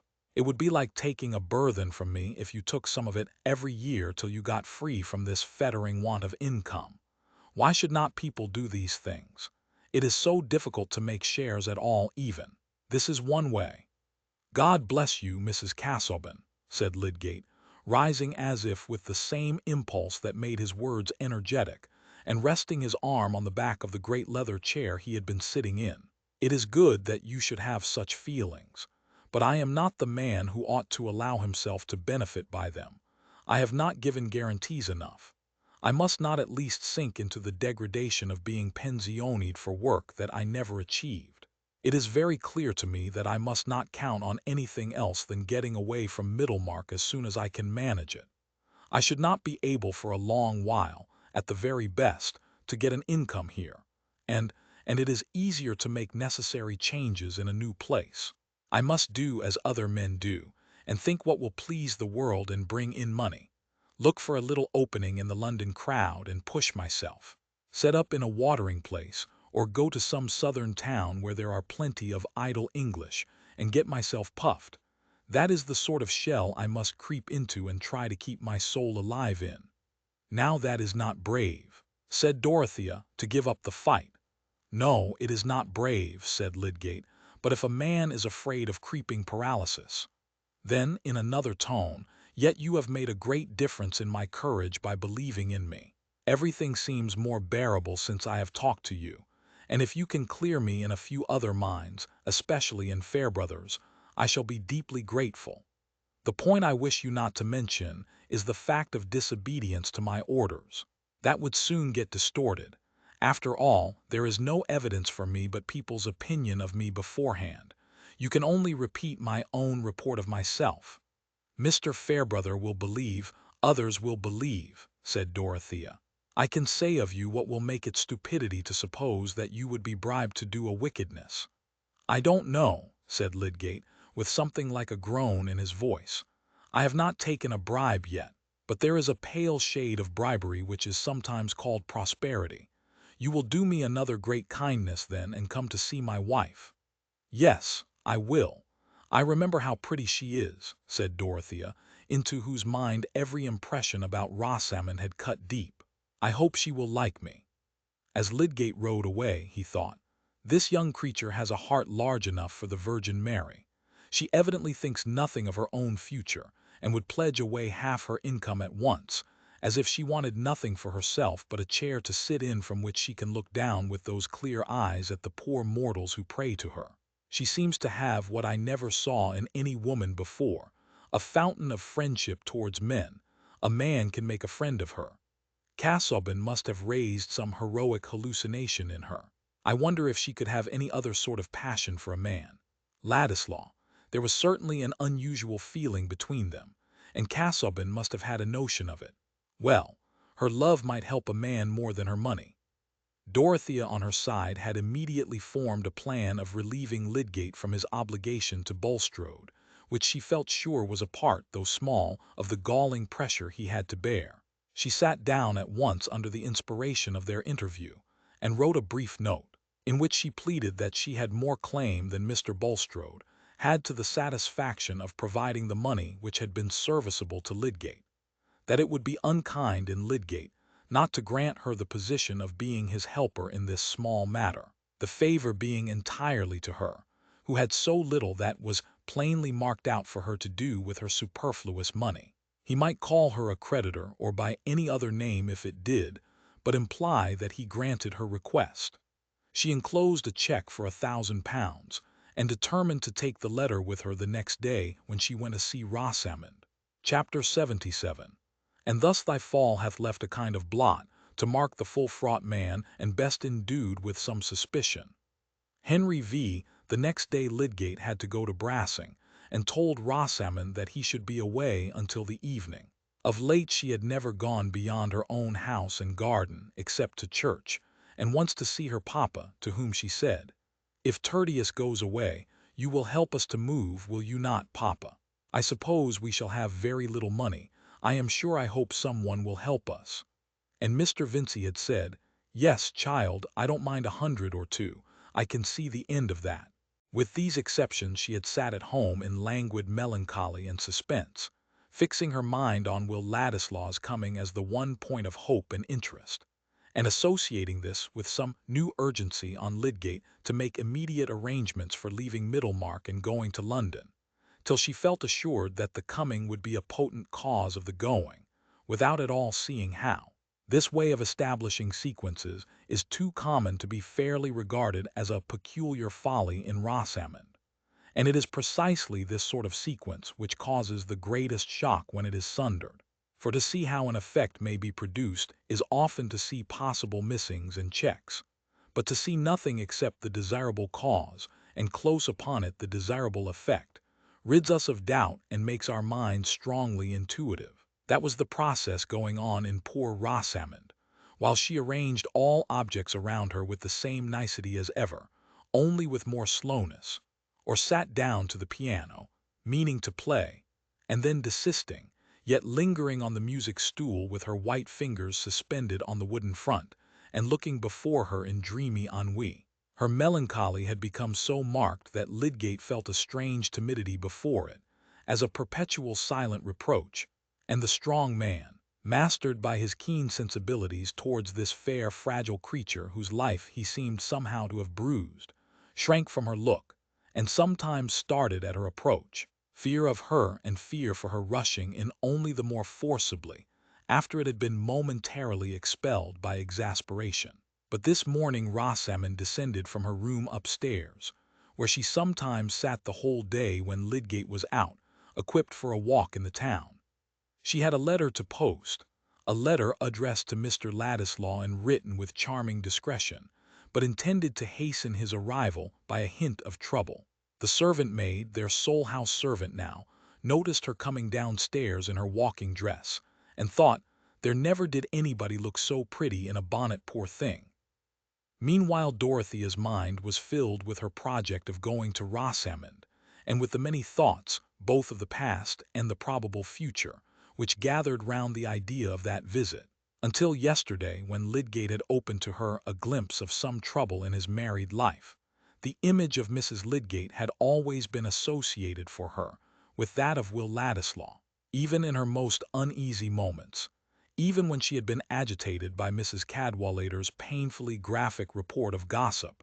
Her effort, nay, her strongest impulsive prompting, had been towards the vindication of Will from any sullying surmises, and when, in her meeting with him afterwards, she had at first interpreted his words as a probable allusion to a feeling towards Mrs. Lydgate which he was determined to cut himself off from indulging, she had had a quick, sad, excusing vision of the charm there might be in his constant opportunities of companionship with that fair creature, who most likely shared his other tastes, as she evidently did his delight in music. But there had followed his parting words, the few passionate words in which he had implied that she herself was the object of whom his love held him in dread, that it was his love for her only which he was resolved not to declare, but to carry away into banishment. From the time of that parting, Dorothea, believing in Will's love for her, believing with a proud delight in his delicate sense of honor and his determination that no one should impeach him justly, felt her heart quite at rest as to the regard he might have for Mrs. Lydgate. She was sure that the regard was blameless. There are natures in which, if they love us, we are conscious of having a sort of baptism and consecration. They bind us over to rectitude and purity by their pure belief about us, and our sins become that worst kind of sacrilege which tears down the invisible altar of trust. If you are not good, none is good. Those little words may give a terrific meaning to responsibility, may hold a vitriolic intensity for remorse. Dorothea's nature was of that kind. Her own passionate faults lay along the easily counted open channels of her ardent character, and while she was full of pity for the visible mistakes of others, she had not yet any material within her experience for subtle constructions and suspicions of hidden wrong. But that simplicity of hers, holding up an ideal for others in her believing conception of them, was one of the great powers of her womanhood, and it had from the first acted strongly on Will Ladislaw. He felt, when he parted from her, that the brief words by which he had tried to convey to her his feeling about herself, and the division which her fortune made between them, would only profit by their brevity when Dorothea had to interpret them. He felt that in her mind he had found his highest estimate, and he was right there.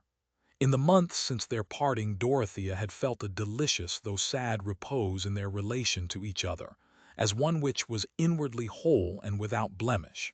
She had an active force of antagonism within her, when the antagonism turned on the defense either of plans or persons that she believed in, and the wrongs which she felt that Will had received from her husband, and the external conditions which to others were grounds for slighting him, only gave the more tenacity to her affection and admiring judgment.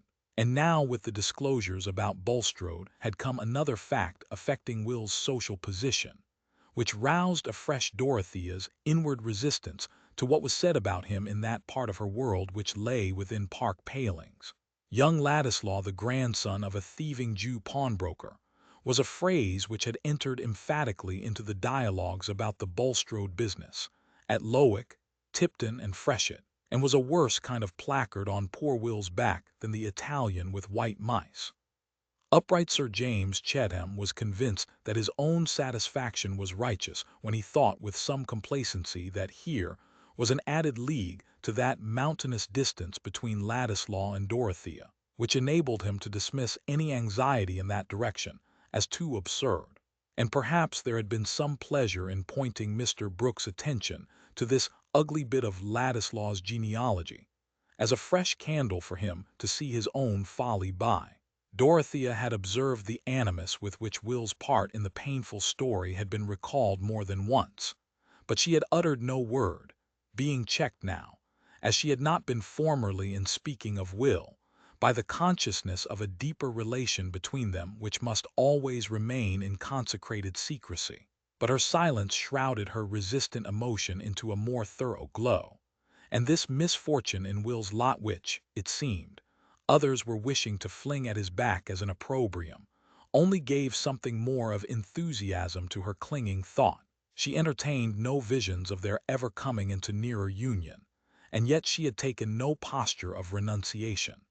She had accepted her whole relation to Will very simply as part of her marriage sorrows, and would have thought it very sinful in her to keep up an inward wail because she was not completely happy, being rather disposed to dwell on the superfluities of her lot. She could bear that the chief pleasures of her tenderness should lie in memory, and the idea of marriage came to her solely as a repulsive proposition from some suitor of whom she at present knew nothing, but whose merits, as seen by her friends, would be a source of torment to her. "Somebody who will manage your property for you, my dear," was Mr. Brooks's attractive suggestion of suitable characteristics. "I should like to manage it myself if I knew what to do with it," said Dorothea. No, she adhered to her declaration that she would never be married again, and in the long valley of her life which looked so flat and empty of waymarks, guidance would come as she walked along the road and saw her fellow passengers by the way. This habitual state of feeling about Will Ladislaw had been strong in all her waking hours, since she had proposed to pay a visit to Mrs. Lydgate, making a sort of background against which she saw Rosamond's figure presented to her without hindrances to her interest and compassion. There was evidently some mental separation, some barrier to complete confidence which had arisen between this wife and the husband who had yet made her happiness a law to him. That was a trouble which no third person must directly touch. But Dorothea thought with deep pity of the loneliness which must have come upon Rosamond from the suspicions cast on her husband, and there would surely be help in the manifestation of respect for Lydgate and sympathy with her. "I shall talk to her about her husband," thought Dorothea, as she was being driven towards the town. The clear spring morning, the scent of the moist earth, the fresh leaves just showing their creased-up wealth of greenery from out their half-opened sheaths, seemed part of the cheerfulness she was feeling from a long conversation with Mr. Fairbrother, who had joyfully accepted the justifying explanation of Lydgate's conduct. "I shall take Mrs. Lydgate good news, and perhaps she will like to talk to me and make a friend of me." Dorothea had another errand in Lydgate. It was about a new fine-toned bell for the schoolhouse, and as she had to get out of her carriage very near to Lydgate's, she walked thither across the street, having told the coachman to wait for some packages. The street door was open, and the servant was taking the opportunity of looking out at the carriage which was pausing within sight when it became apparent to her that the lady who belonged to it was coming towards her. "Is Mrs. Lydgate at home?" said Dorothea. "I'm not sure, my lady." "I'll see, if you'll please to walk in," said Martha, a little confused on the score of her kitchen apron, but collected enough to be sure that "mum" was not the right title for this queenly young widow with a carriage and pair. "Will you please to walk in, and I'll go and see." "Say that I am Mrs. Casaubon," said Dorothea, as Martha moved forward intending to show her into the drawing-room, and then to go upstairs to see if Rosamond had returned from her walk. They crossed the broader part of the entrance hall, and turned up the passage which led to the garden. The drawing-room door was unlatched, and Martha, pushing it without looking into the room, waited for Mrs. Casaubon to enter and then turned away, the door having swung open and swung back again without noise.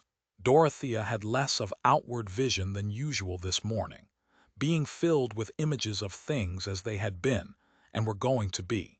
She found herself on the other side of the door without seeing anything remarkable, but immediately she heard a voice speaking in low tones which startled her as with a sense of dreaming in daylight, and advancing unconsciously a step or two beyond the projecting slab of a bookcase, she saw, in the terrible illumination of a certainty which filled up all outlines, something which made her pause motionless, without self-possession enough to speak. seated with his back towards her on a sofa which stood against the wall on a line with the door by which she had entered, she saw Will Ladislaw. Close by him and turned towards him with a flushed tearfulness, which gave a new brilliancy to her face, sat Rosamond, her bonnet hanging back, while Will, leaning towards her, clasped both her upraised hands in his and spoke with low-toned fervor. Rosamond, in her agitated absorption, had not noticed the silently advancing figure.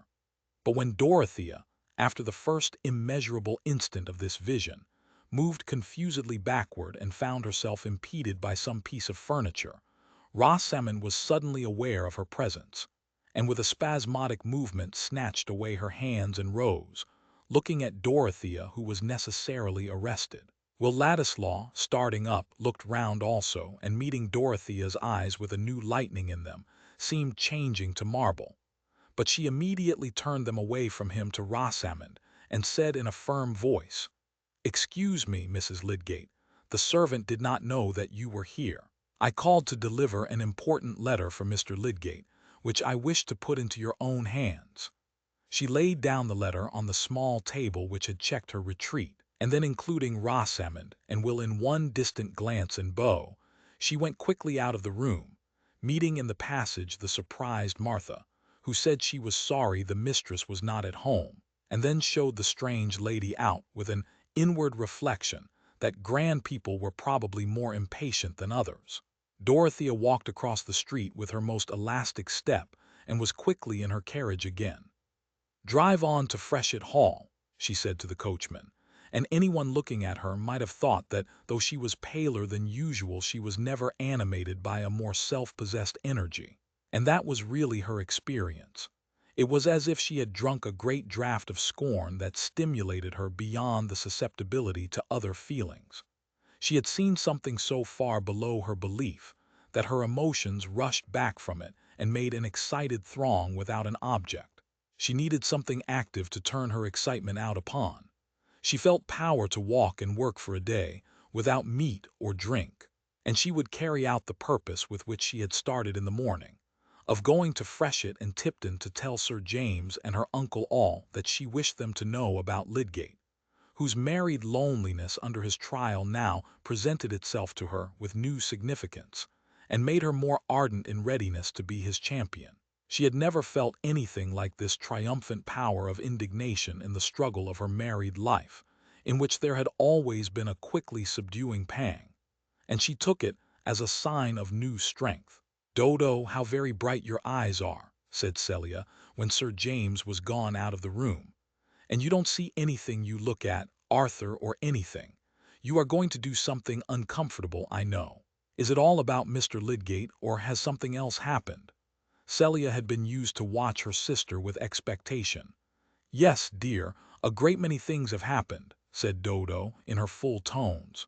"I wonder what," said Celia, folding her arms cozily and leaning forward upon them. "Oh, all the troubles of all people on the face of the earth," said Dorothea, lifting her arms to the back of her head. "Dear me, Dodo, are you going to have a scheme for them?" said Celia, a little uneasy at this Hamlet-like raving. But Sir James came in again, ready to accompany Dorothea to the Grange, and she finished her expedition well, not swerving in her resolution until she descended at her own door. Chapter 78. Would it were yesterday, and I the grave, with her sweet faith above for monument. Rosamond and Will stood motionless, they did not know how long, he looking towards the spot where Dorothea had stood, and she looking towards him with doubt. It seemed an endless time to Rosamond, in whose inmost soul there was hardly so much annoyance as gratification from what had just happened. Shallow natures dream of an easy sway over the emotions of others, trusting implicitly in their own petty magic to turn the deepest streams, and confident, by pretty gestures and remarks, of making the thing that is not as though it were. She knew that Will had received a severe blow, but she had been little used to imagining other people's states of mind, except as a material cut into shape by her own wishes, and she believed in her own power to soothe or subdue. Even Tertius, that most perverse of men, was always subdued in the long run. Events had been obstinate, but still Rosamond would have said now, as she did before her marriage, that she never gave up what she had set her mind on. She put out her arm and laid the tips of her fingers on Will's coat sleeve. "Don't touch me," he said, with an utterance like the cut of a lash, darting from her, and changing from pink to white and back again, as if his whole frame were tingling with the pain of the sting. He wheeled round to the other side of the room and stood opposite to her, with the tips of his fingers in his pockets and his head thrown back, looking fiercely not at Rosamond, but at a point a few inches away from her.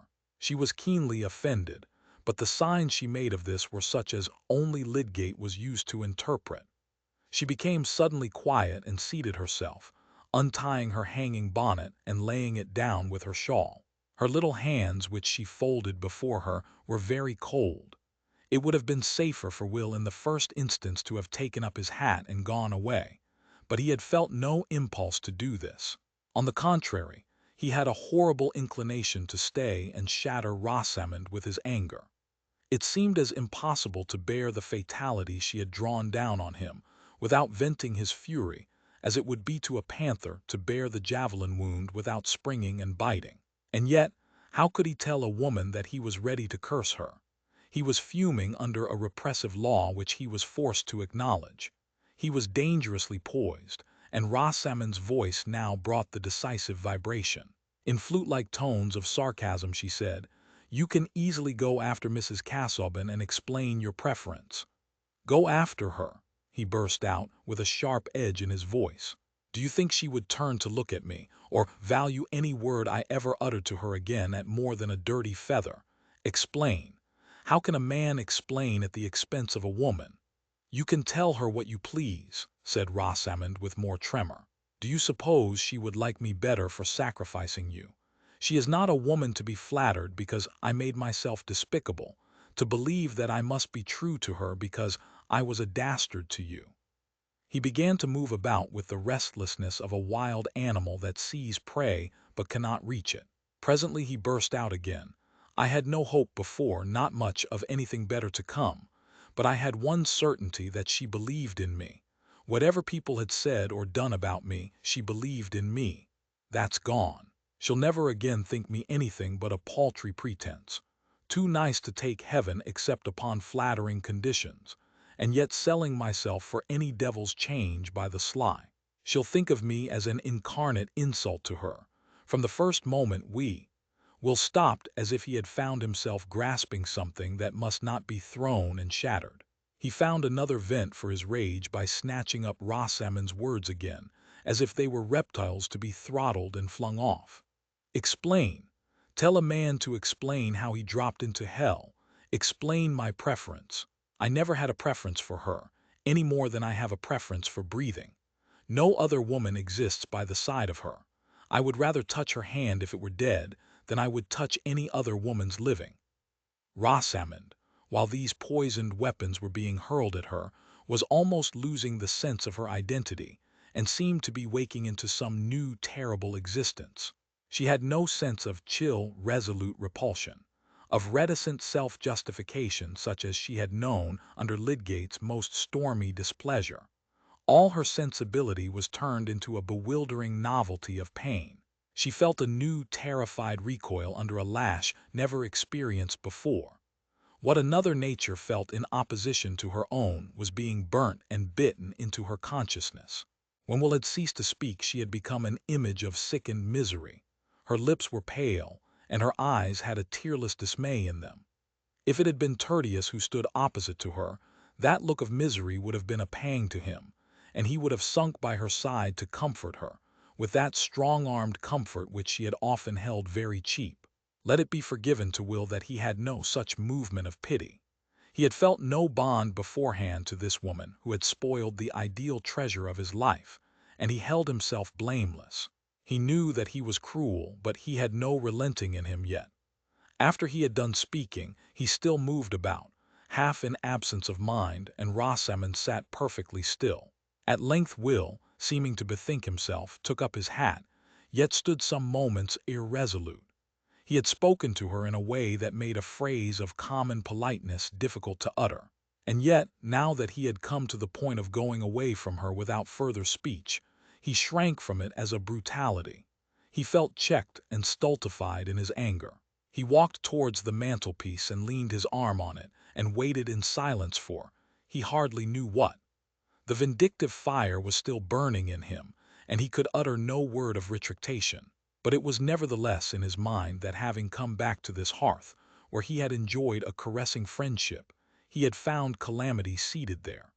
He had suddenly revealed to him a trouble that lay outside the home as well as within it, and what seemed a foreboding was pressing upon him, as with slow pincers, that his life might come to be enslaved by this helpless woman who had thrown herself upon him in the dreary sadness of her heart. But he was in gloomy rebellion against the fact that his quick apprehensiveness foreshadowed to him, and when his eyes fell on Rosamond's blighted face, it seemed to him that he was the more pitiable of the two, for pain must enter into its glorified life of memory before it can turn into compassion. And so they remained for many minutes, opposite each other, far apart, in silence, Will's face still possessed by a mute rage, and Rosamond's by a mute misery. The poor thing had no force to fling out any passion in return. The terrible collapse of the illusion towards which all her hope had been strained was a stroke which had too thoroughly shaken her. Her little world was in ruins, and she felt herself tottering in the midst as a lonely, bewildered consciousness. Will wished that she would speak and bring some mitigating shadow across his own cruel speech, which seemed to stand staring at them both in mockery of any attempt at revived fellowship.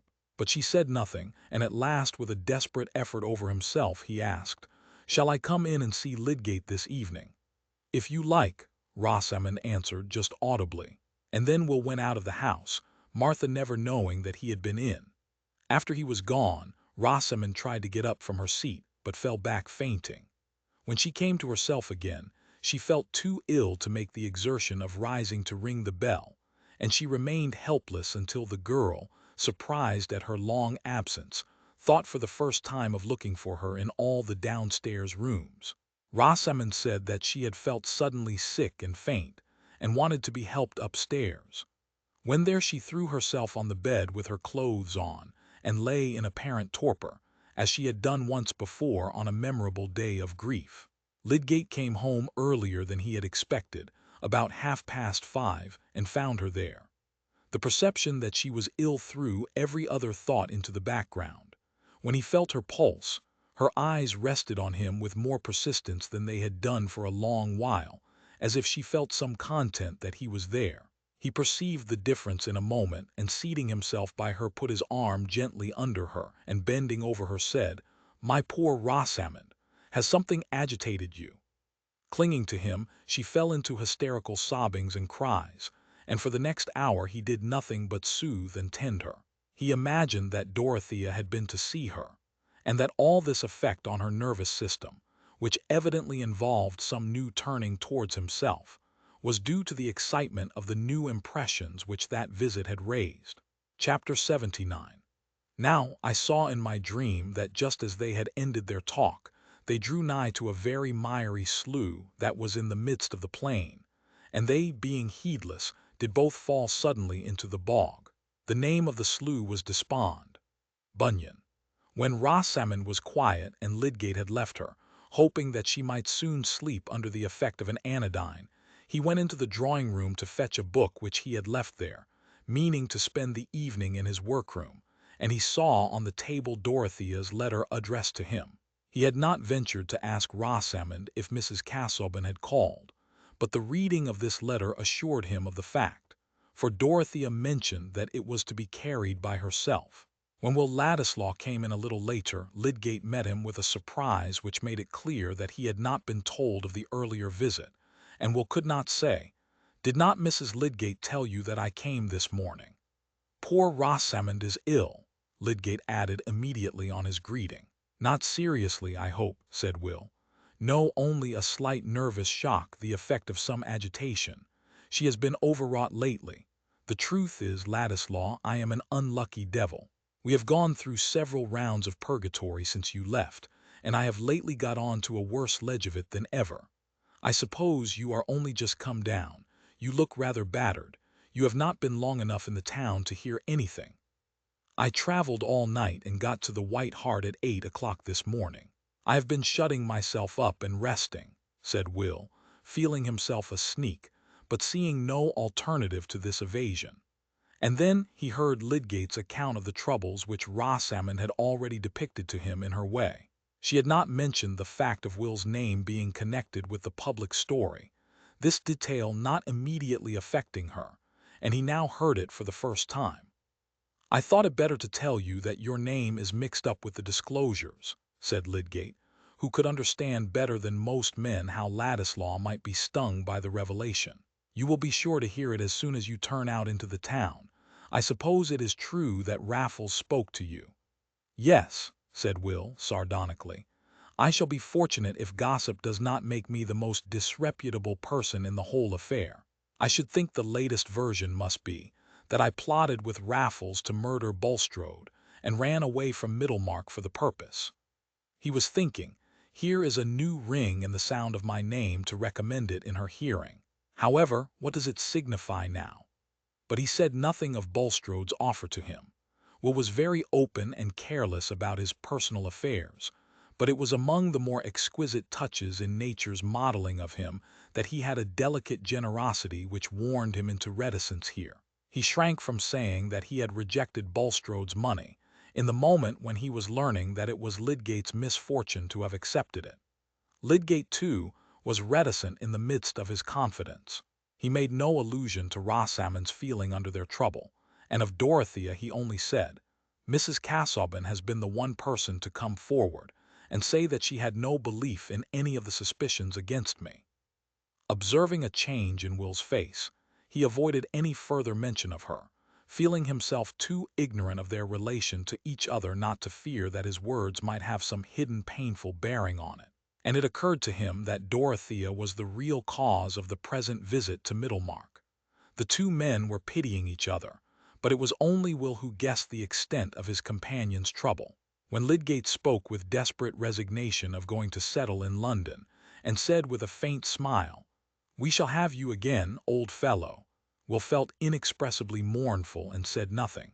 Rosamond had that morning entreated him to urge this step on Lydgate, and it seemed to him as if he were beholding in a magic panorama a future where he himself was sliding into that pleasureless yielding to the small solicitations of circumstance, which is a commoner history of perdition than any single momentous bargain.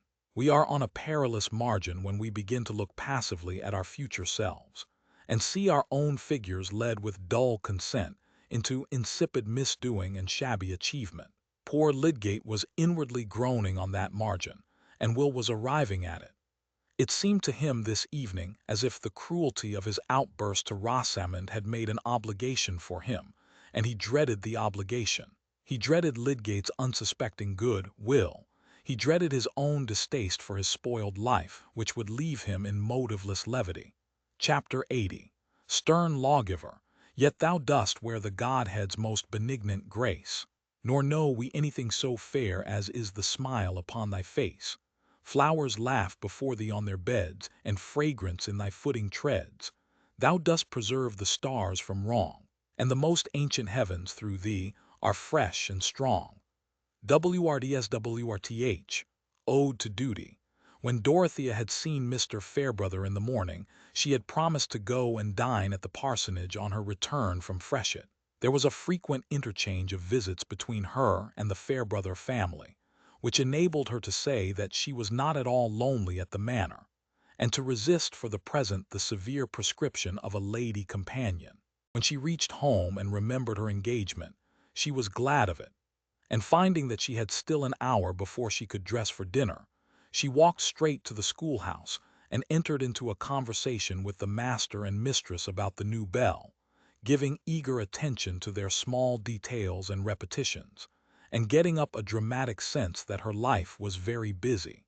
She paused on her way back to talk to old Master Bunny, who was putting in some garden seeds, and discoursed wisely with that rural sage about the crops that would make the most return on a perch of ground, and the result of 60 years' experience as to soils, namely, that if your soil was pretty mellow it would do, but if there came wet to make it all of a mummy, Why then, finding that the social spirit had beguiled her into being rather late, she dressed hastily and went over to the parsonage rather earlier than was necessary. That house was never dull, Mr. Fairbrother, like another wight of Selborne, having continually something new to tell of his inarticulate guests and protégés, whom he was teaching the boys not to torment. And he had just set up a pair of beautiful goats to be pets of the village in general, and to walk at large as sacred animals. The evening went by cheerfully till after tea, Dorothea talking more than usual and dilating with Mr. Fairbrother on the possible histories of creatures that converse compendiously with their antennae, and for aught we know may hold reformed parliaments, when suddenly some inarticulate little sounds were heard which called everybody's attention. "Henrietta Noble," said Mrs. Fairbrother, seeing her small sister moving about the furniture legs distressfully, "what is the matter?" "I have lost my tortoise-shell lozenge box. I fear the kitten has rolled it away," said the tiny old lady, involuntarily continuing her beaver-like notes. "Is it a great treasure, aunt?" said Mr. Fairbrother, putting up his glasses and looking at the carpet. "Mr. Ladislaw gave it me," said Miss Noble. "A German box, very pretty, but if it falls it always spins away as far as it can." "Oh, if it is Ladislaw's present," said Mr. Fairbrother, in a deep tone of comprehension, getting up and hunting. The box was found at last under a chiffonier, and Miss Noble grasped it with delight, saying, "It was under a fender the last time." "That is an affair of the heart with my aunt," said Mr. Fairbrother, smiling at Dorothea as he reseated himself. "If Henrietta Noble forms an attachment to anyone, Mrs. Casaubon," said his mother, emphatically, "she is like a dog. She would take their shoes for a pillow and sleep the better." "Mr. Ladislaw's shoes I would," said Henrietta Noble. Dorothea made an attempt at smiling in return. She was surprised and annoyed to find that her heart was palpitating violently, and that it was quite useless to try after a recovery of her former animation. Alarmed at herself, fearing some further betrayal of a change so marked in its occasion, she rose and said in a low voice with undisguised anxiety, "I must go. I have overtired myself." Mr. Fairbrother, quick in perception, rose and said, "It is true. You must have half exhausted yourself in talking about Lydgate. That sort of work tells upon one after the excitement is over." He gave her his arm back to the manor, but Dorothea did not attempt to speak, even when he said good night. The limit of resistance was reached, and she had sunk back helpless within the clutch of inescapable anguish. Dismissing Tantripp with a few faint words, she locked her door, and turning away from it towards the vacant room she pressed her hands hard on the top of her head and moaned out, "Oh, I did love him." Then came the hour in which the waves of suffering shook her too thoroughly to leave any power of thought. She could only cry in loud whispers between her sobs, after her lost belief which she had planted and kept alive from a very little seed since the days in Rome, after her lost joy of clinging with silent love and faith to one who, misprized by others, was worthy in her thought, after her lost woman's pride of reigning in his memory, after her sweet dim perspective of hope, that along some pathway they should meet with unchanged recognition, and take up the backward years as a yesterday. In that hour she repeated what the merciful eyes of solitude have looked on for ages in the spiritual struggles of man. She besought hardness and coldness, and aching weariness to bring her relief from the mysterious incorporeal might of her anguish. She lay on the bare floor and let the night grow cold around her, while her grand woman's frame was shaken by sobs as if she had been a despairing child. There were two images, two living forms that tore her heart in two, as if it had been the heart of a mother who seems to see her child divided by the sword, and presses one bleeding half to her breast, while her gaze goes forth in agony towards the half which is carried away by the lying woman that has never known the mother's pang. Here, with the nearness of an answering smile, here within the vibrating bond of mutual speech, was the bright creature whom she had trusted, who had come to her like the spirit of morning visiting the dim vault where she sat as the bride of a worn-out life. And now, with a full consciousness which had never awakened before, she stretched out her arms towards him and cried with bitter cries that their nearness was a parting vision. She discovered her passion to herself in the unshrinking utterance of despair. And there, aloof, yet persistently with her, moving wherever she moved, was the Will Ladislaw who was a changed belief exhausted of hope, a detected illusion. No, a living man towards whom there could not yet struggle any wail of regretful pity, from the midst of scorn and indignation and jealous, offended pride. The fire of Dorothea's anger was not easily spent, and it flamed out in fitful returns of spurning reproach. Why had he come obtruding his life into hers, hers that might have been whole enough without him? Why had he brought his cheap regard and his lip-born words to her who had nothing paltry to give in exchange? He knew that he was deluding her, wished, in the very moment of farewell, to make her believe that he gave her the whole price of her heart, and knew that he had spent it half before. Why had he not stayed among the crowd of whom she asked nothing, but only prayed that they might be less contemptible? But she lost energy at last even for her loud whispered cries and moans. She subsided into helpless sobs, and on the cold floor she sobbed herself to sleep. In the chill hours of the morning twilight, when all was dim around her, she awoke, not with any amazed wondering where she was or what had happened, but with the clearest consciousness that she was looking into the eyes of sorrow. She rose and wrapped warm things around her, and seated herself in a great chair where she had often watched before. She was vigorous enough to have borne that hard night without feeling ill in body, beyond some aching and fatigue. But she had waked to a new condition. She felt as if her soul had been liberated from its terrible conflict. She was no longer wrestling with her grief, but could sit down with it as a lasting companion and make it a sharer in her thoughts. For now the thoughts came thickly. It was not in Dorothea's nature, for longer than the duration of a paroxysm, to sit in the narrow cell of her calamity, in the besotted misery of a consciousness that only sees another's lot as an accident of its own. She began now to live through that yesterday morning deliberately again, forcing herself to dwell on every detail and its possible meaning. Was she alone in that scene? Was it her event only? She forced herself to think of it as bound up with another woman's life, a woman towards whom she had set out with a longing to carry some clearness and comfort into her beclouded youth. In her first outleap of jealous indignation and disgust, when quitting the hateful room, she had flung away all the mercy with which she had undertaken that visit. She had enveloped both Will and Rosamond in her burning scorn, and it seemed to her as if Rosamond were burned out of her sight forever. But that base prompting which makes a woman more cruel to a rival than to a faithless lover could have no strength of recurrence in Dorothea when the dominant spirit of justice within her had once overcome the tumult and had once shown her the truer measure of things. All the active thought with which she had before been representing to herself the trials of Lydgate's lot, and this young marriage union which, like her own, seemed to have its hidden as well as evident troubles, all this vivid sympathetic experience returned to her now as a power.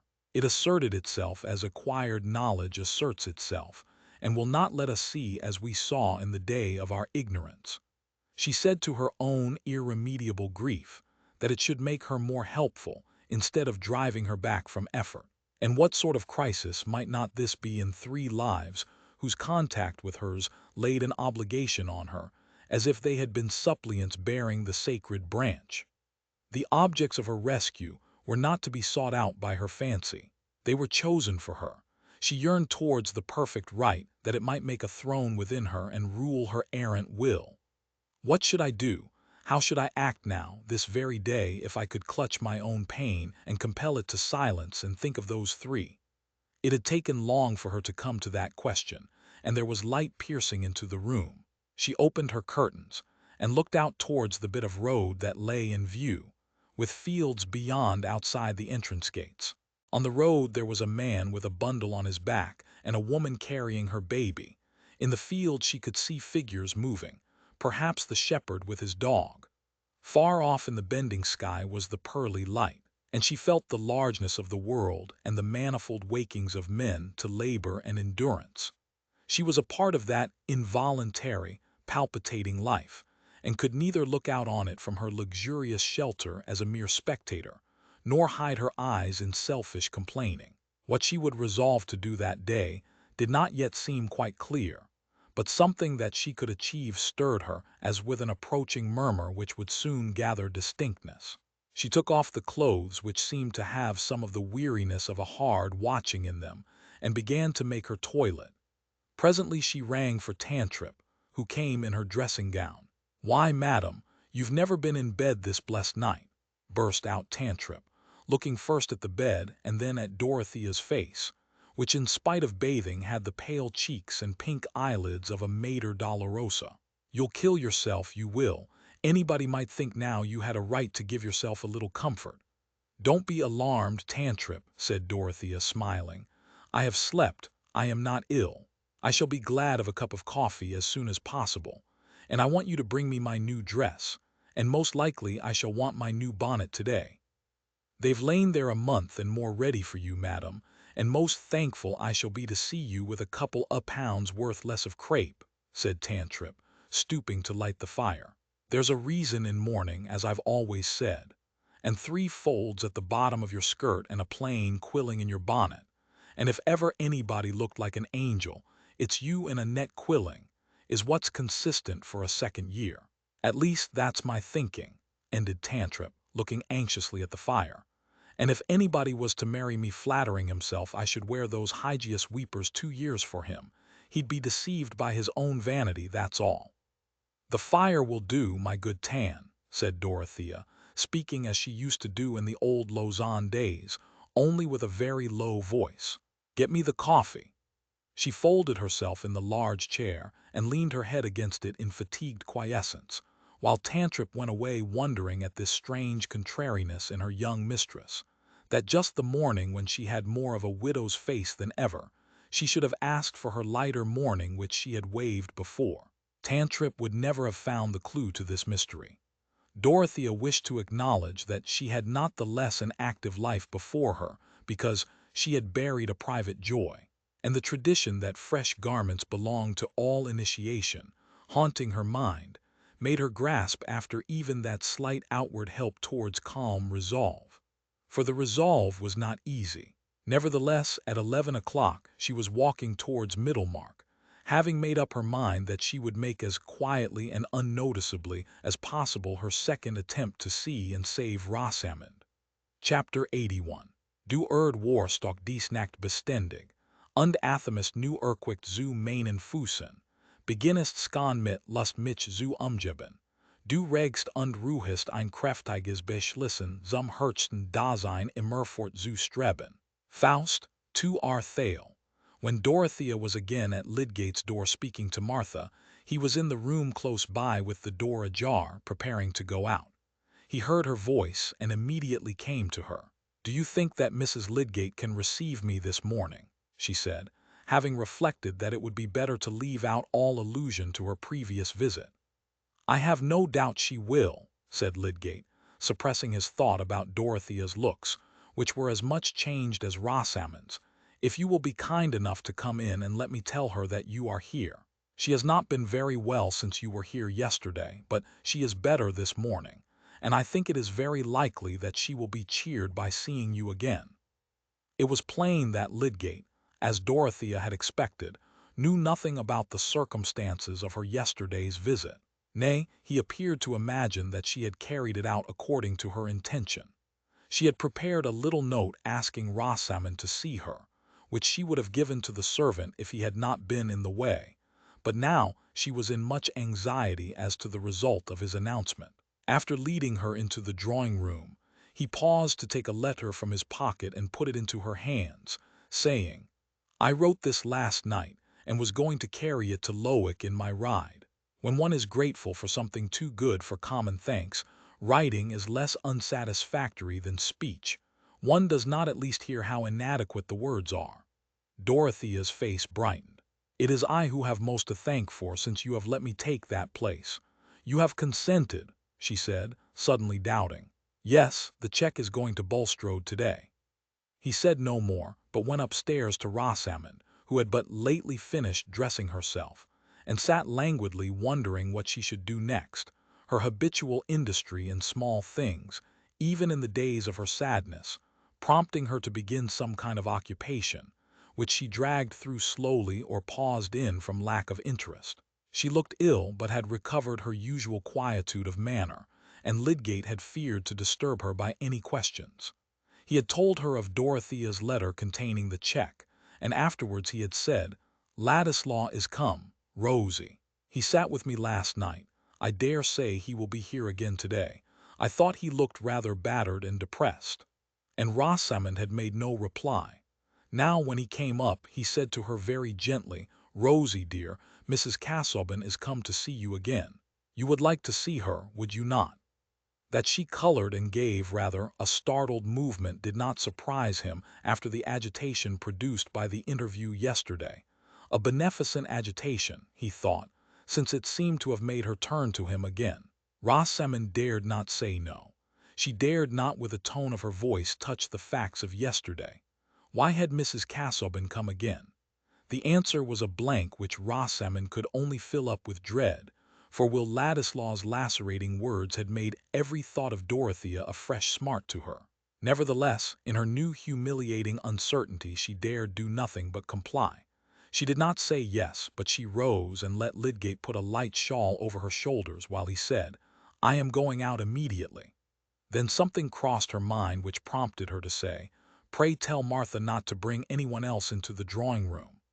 And Lydgate assented, thinking that he fully understood this wish. He led her down to the drawing-room door, and then turned away, observing to himself that he was rather a blundering husband to be dependent for his wife's trust in him on the influence of another woman. Rosamond, wrapping her soft shawl around her as she walked towards Dorothea, was inwardly wrapping her soul in cold reserve. Had Mrs. Casaubon come to say anything to her about Will?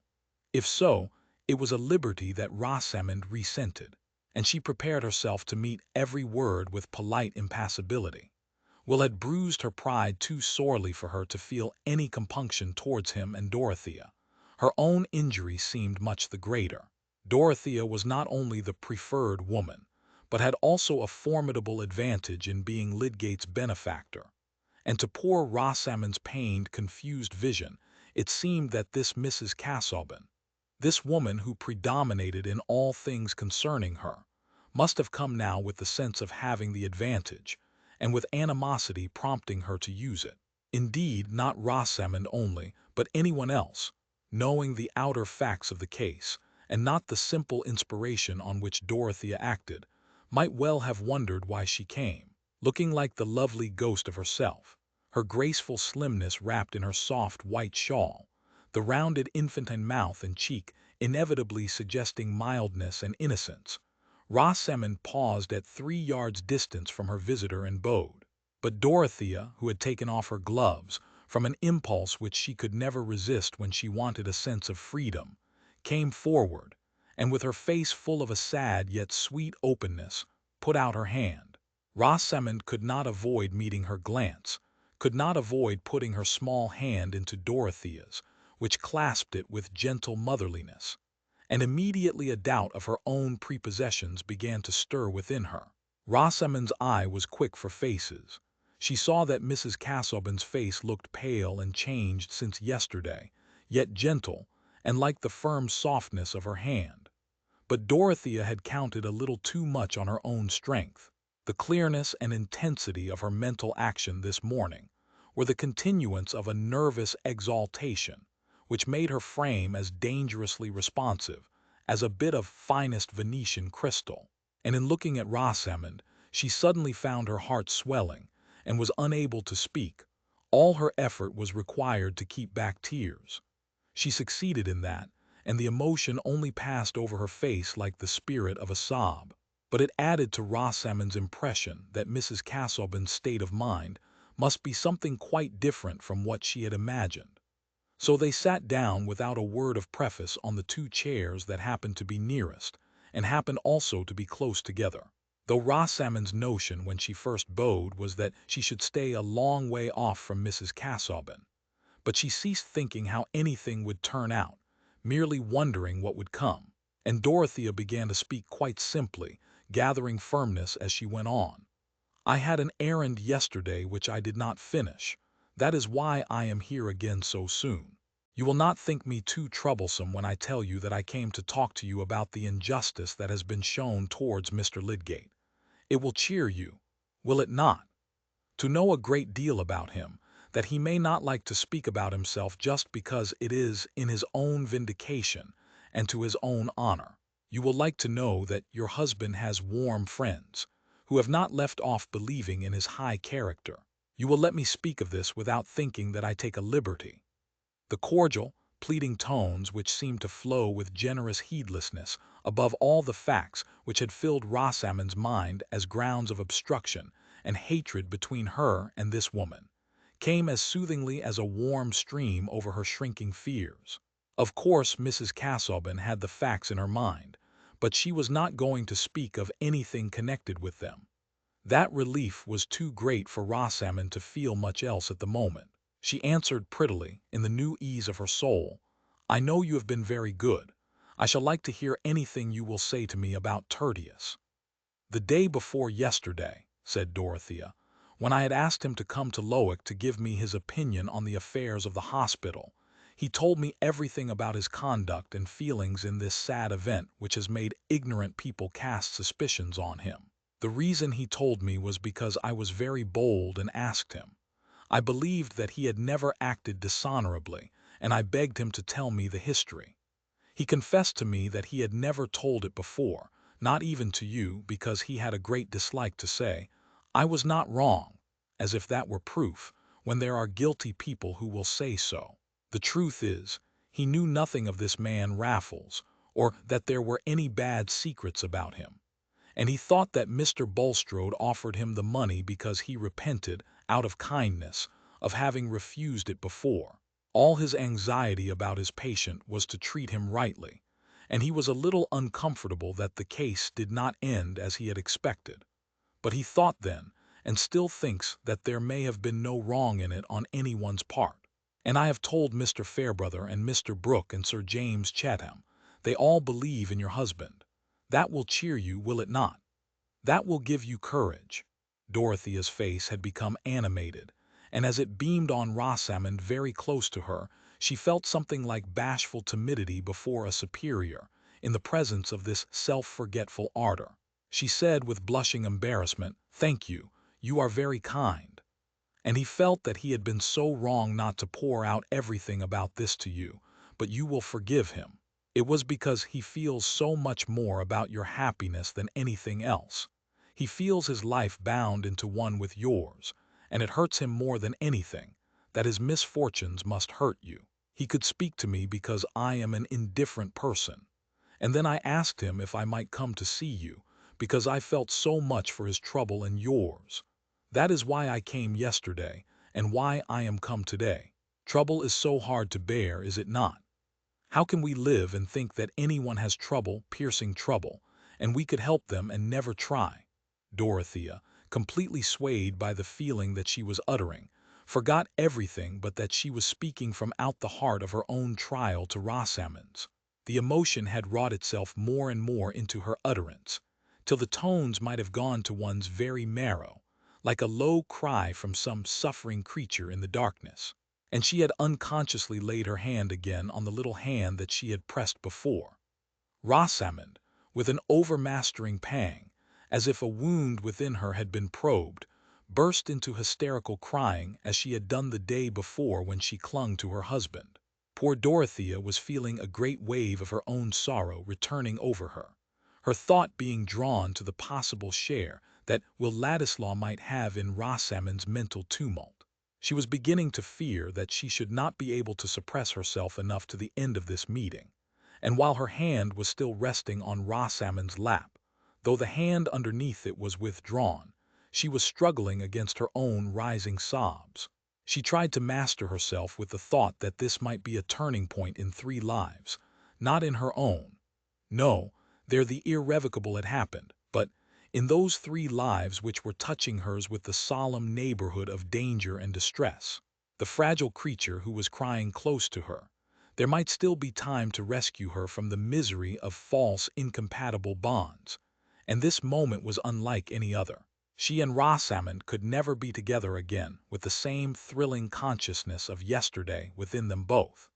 She felt the relation between them to be peculiar enough to give her a peculiar influence, though she had no conception that the way in which her own feelings were involved was fully known to Mrs. Lydgate. It was a newer crisis in Rosamond's experience than even Dorothea could imagine. She was under the first great shock that had shattered her dream world in which she had been easily confident of herself and critical of others. And this strange, unexpected manifestation of feeling in a woman whom she had approached with a shrinking aversion and dread, as one who must necessarily have a jealous hatred towards her, made her soul totter all the more with a sense that she had been walking in an unknown world which had just broken in upon her. When Rosamond's convulsed throat was subsiding into calm, and she withdrew the handkerchief with which she had been hiding her face, her eyes met Dorothea's as helplessly as if they had been blue flowers. What was the use of thinking about behavior after this crying? And Dorothea looked almost as childish, with the neglected trace of a silent tear. Pride was broken down between these two. "We were talking about your husband," Dorothea said, with some timidity. "I thought his looks were sadly changed with suffering the other day.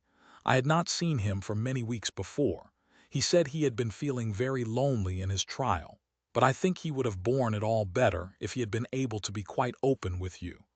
"Tertius is so angry and impatient if I say anything," said Rosamond, imagining that he had been complaining of her to Dorothea. "He ought not to wonder that I object to speak to him on painful subjects." "It was himself he blamed for not speaking," said Dorothea.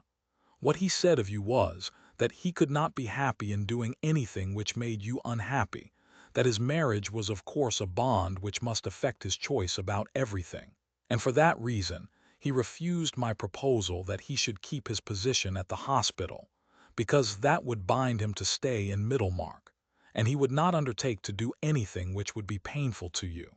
He could say that to me, because he knows that I had much trial in my marriage from my husband's illness, which hindered his plans and saddened him, and he knows that I have felt how hard it is to walk always in fear of hurting another who is tied to us." Dorothea waited a little. She had discerned a faint pleasure stealing over Rosamond's face, but there was no answer, and she went on, with a gathering tremor, "Marriage is so unlike everything else. There is something even awful in the nearness it brings. Even if we loved someone else better than those we were married to, it would be no use." Poor Dorothea, in her palpitating anxiety, could only seize her language brokenly.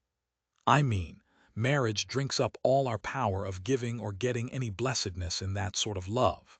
I know it may be very dear, but it murders our marriage, and then the marriage stays with us like a murder, and everything else is gone. And then our husband, if he loved and trusted us, and we have not helped him but made a curse in his life." Her voice had sunk very low. There was a dread upon her of presuming too far, and of speaking as if she herself were perfection addressing error. She was too much preoccupied with her own anxiety to be aware that Rosamond was trembling too, and filled with the need to express pitying fellowship rather than rebuke, she put her hands on Rosamond's, and said with more agitated rapidity, I know that the feeling may be very dear. It has taken hold of us unawares. It is so hard, it may seem like death to part with it. And we are weak, I am weak." The waves of her own sorrow, from out of which she was struggling to save another, rushed over Dorothea with conquering force. She stopped in speechless agitation, not crying, but feeling as if she were being inwardly grappled. Her face had become of a deathlier paleness, her lips trembled, and she pressed her hands helplessly on the hands that lay under them. Rosamond, taken hold of by an emotion stronger than her own, hurried along in a new movement which gave all things some new, awful, undefined aspect, could find no words, but involuntarily she put her lips to Dorothea's forehead, which was very near her. And then for a minute the two women clasped each other as if they had been in a shipwreck. "You are thinking what is not true," said Rosamond, in an eager half-whisper, while she was still feeling Dorothea's arms round her. urged by a mysterious necessity to free herself from something that oppressed her as if it were blood guiltiness. They moved apart, looking at each other. "When you came in yesterday, it was not as you thought," said Rosamond in the same tone. There was a movement of surprised attention in Dorothea. She expected a vindication of Rosamond herself. "He was telling me how he loved another woman that I might know he could never love me," said Rosamond, getting more and more hurried as she went on. "And now I think he hates me because you mistook him yesterday. He says it is through me that you will think ill of him, think that he is a false person.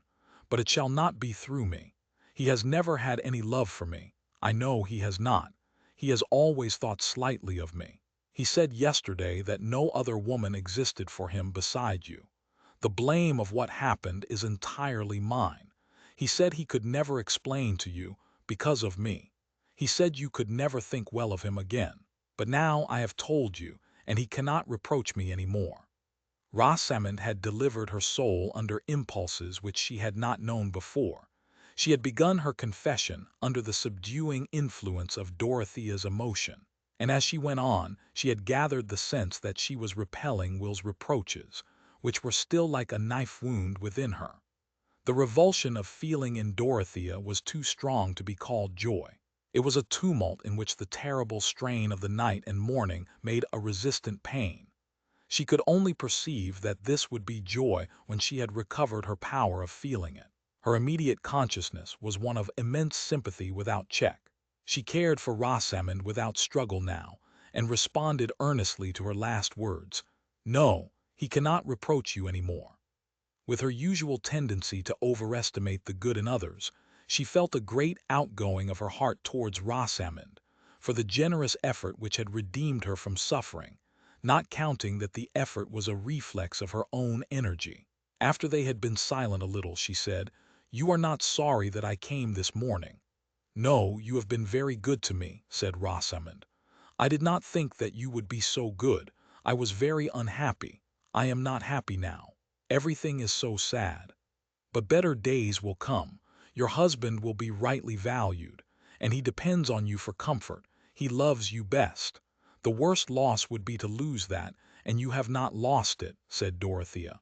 She tried to thrust away the too overpowering thought of her own relief, lest she should fail to win some sign that Rosamond's affection was yearning back towards her husband. "Tertius did not find fault with me then," said Rosamond, understanding now that Lydgate might have said anything to Mrs. Casaubon, and that she certainly was different from other women. Perhaps there was a faint taste of jealousy in the question. A smile began to play over Dorothea's face as she said, "No, indeed. How could you imagine it?" But here the door opened, and Lydgate entered. "I am come back in my quality of doctor," he said. "After I went away, I was haunted by two pale faces. Mrs. Casaubon looked as much in need of care as you, Rosie, and I thought that I had not done my duty in leaving you together. So when I had been to Coleman's, I came home again. I noticed that you were walking, Mrs. Casaubon, and the sky has changed. I think we may have rain. May I send someone to order your carriage to come for you?" "Oh, no, I am strong. I need the walk," said Dorothea, rising with animation in her face. "Mrs. Lydgate and I have chatted a great deal, and it is time for me to go. I have always been accused of being immoderate and saying too much." She put out her hand to Rosamond, and they said an earnest, quiet goodbye without kiss or other show of effusion. There had been between them too much serious emotion for them to use the signs of it superficially. As Lydgate took her to the door, she said nothing of Rosamond, but told him of Mr. Fairbrother and the other friends who had listened with belief to his story. When he came back to Rosamond, she had already thrown herself on the sofa in resigned fatigue. "Well, Rosie," he said, standing over her and touching her hair, "what do you think of Mrs. Casaubon now you have seen so much of her?" "I think she must be better than anyone," said Rosamond, "and she is very beautiful. If you go to talk to her so often, you will be more discontented with me than ever." Lydgate laughed at the "so often." "But has she made you any less discontented with me?" "I think she has," said Rosamond, looking up in his face. "How heavy your eyes are, Tertius, and do push your hair back." He lifted up his large white hand to obey her, and felt thankful for this little mark of interest in him. Poor Rosamond's vagrant fancy had come back terribly scourged, meek enough to nestle under the old despised shelter. And the shelter was still there. Lydgate had accepted his narrowed lot with sad resignation. He had chosen this fragile creature and had taken the burthen of her life upon his arms. He must walk as he could, carrying that burthen pitifully. Chapter 82. My grief lies onward and my joy behind. Shakespeare, Sonnets. Exiles notoriously feed much on hopes, and are unlikely to stay in banishment unless they are obliged. When Will Ladislaw exiled himself from Middlemarch, he had placed no stronger obstacle to his return than his own resolve, which was by no means an iron barrier, but simply a state of mind liable to melt into a minuet with other states of mind, and to find itself bowing, smiling, and giving place with polite facility. As the months went on, it had seemed more and more difficult to him to say why he should not run down to Middlemarch, merely for the sake of hearing something about Dorothea. And if on such a flying visit he should chance by some strange coincidence to meet with her, there was no reason for him to be ashamed of having taken an innocent journey which he had beforehand supposed that he should not take. Since he was hopelessly divided from her, he might surely venture into her neighborhood. And as to the suspicious friends who kept a dragon watch over her, their opinions seemed less and less important with time and change of air. And there had come a reason quite irrespective of Dorothea, which seemed to make a journey to Middlemarch a sort of philanthropic duty. Will had given a disinterested attention to an intended settlement on a new plan in the far west, and the need for funds in order to carry out a good design had set him on debating with himself whether it would not be a laudable use to make of his claim on Bulstrode, to urge the application of that money which had been offered to himself, as a means of carrying out a scheme likely to be largely beneficial. The question seemed a very dubious one to Will, and his repugnance to again entering into any relation with the banker might have made him dismiss it quickly, if there had not arisen in his imagination the probability that his judgment might be more safely determined by a visit to Middlemarch.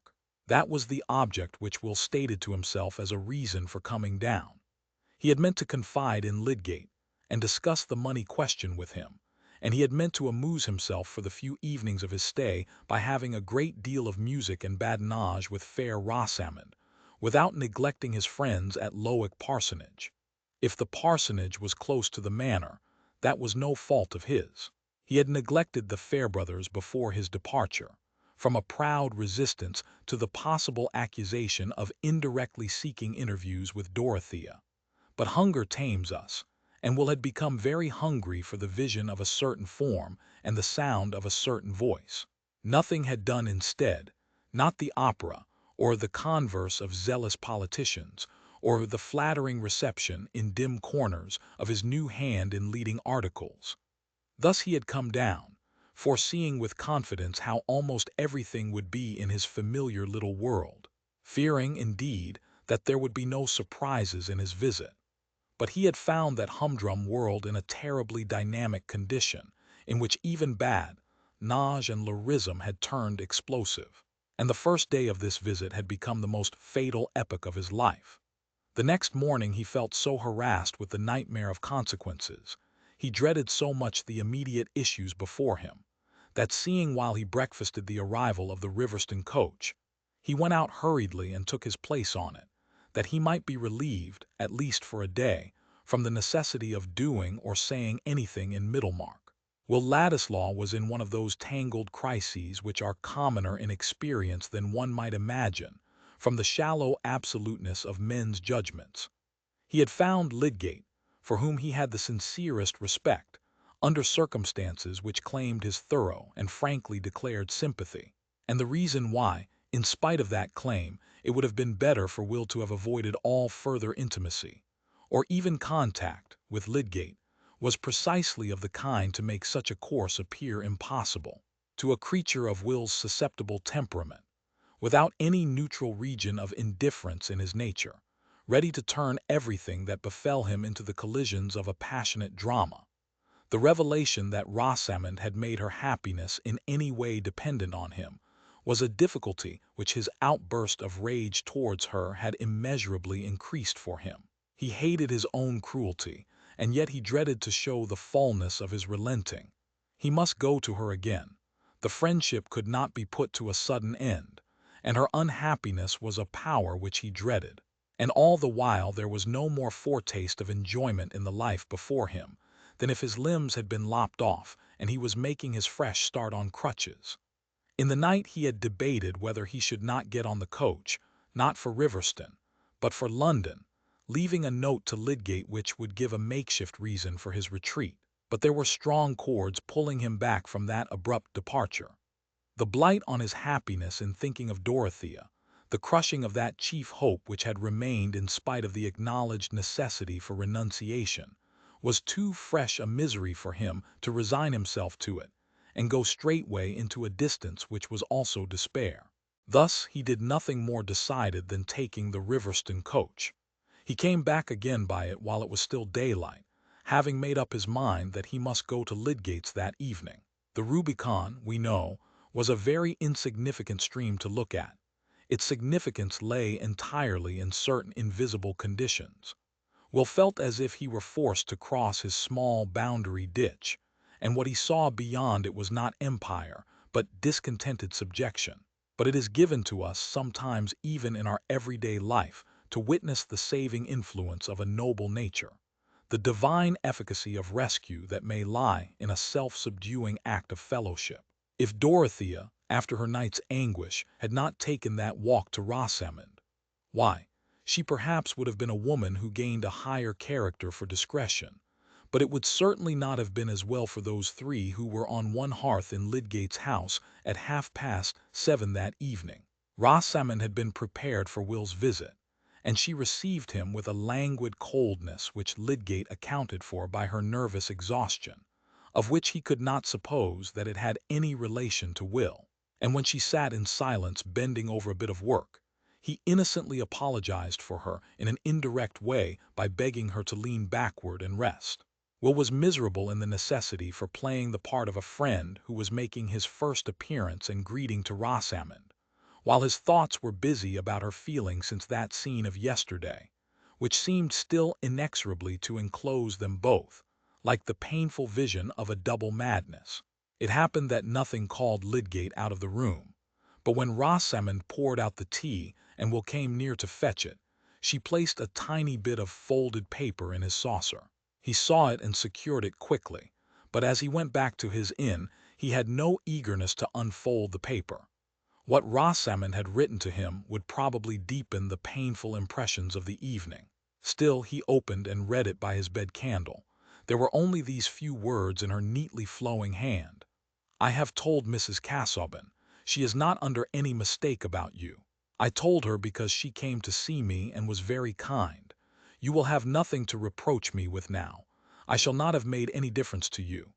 The effect of these words was not quite all gladness.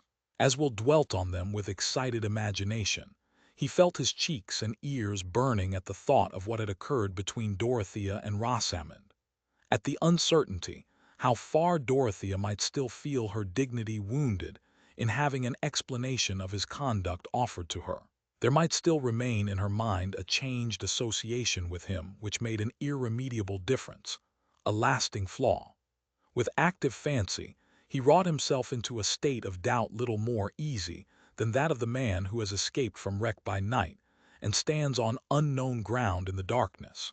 Until that wretched yesterday, except the moment of vexation long ago in the very same room and in the very same presence, all their vision, all their thought of each other, had been as in a world apart, where the sunshine fell on tall white lilies, where no evil lurked and no other soul entered.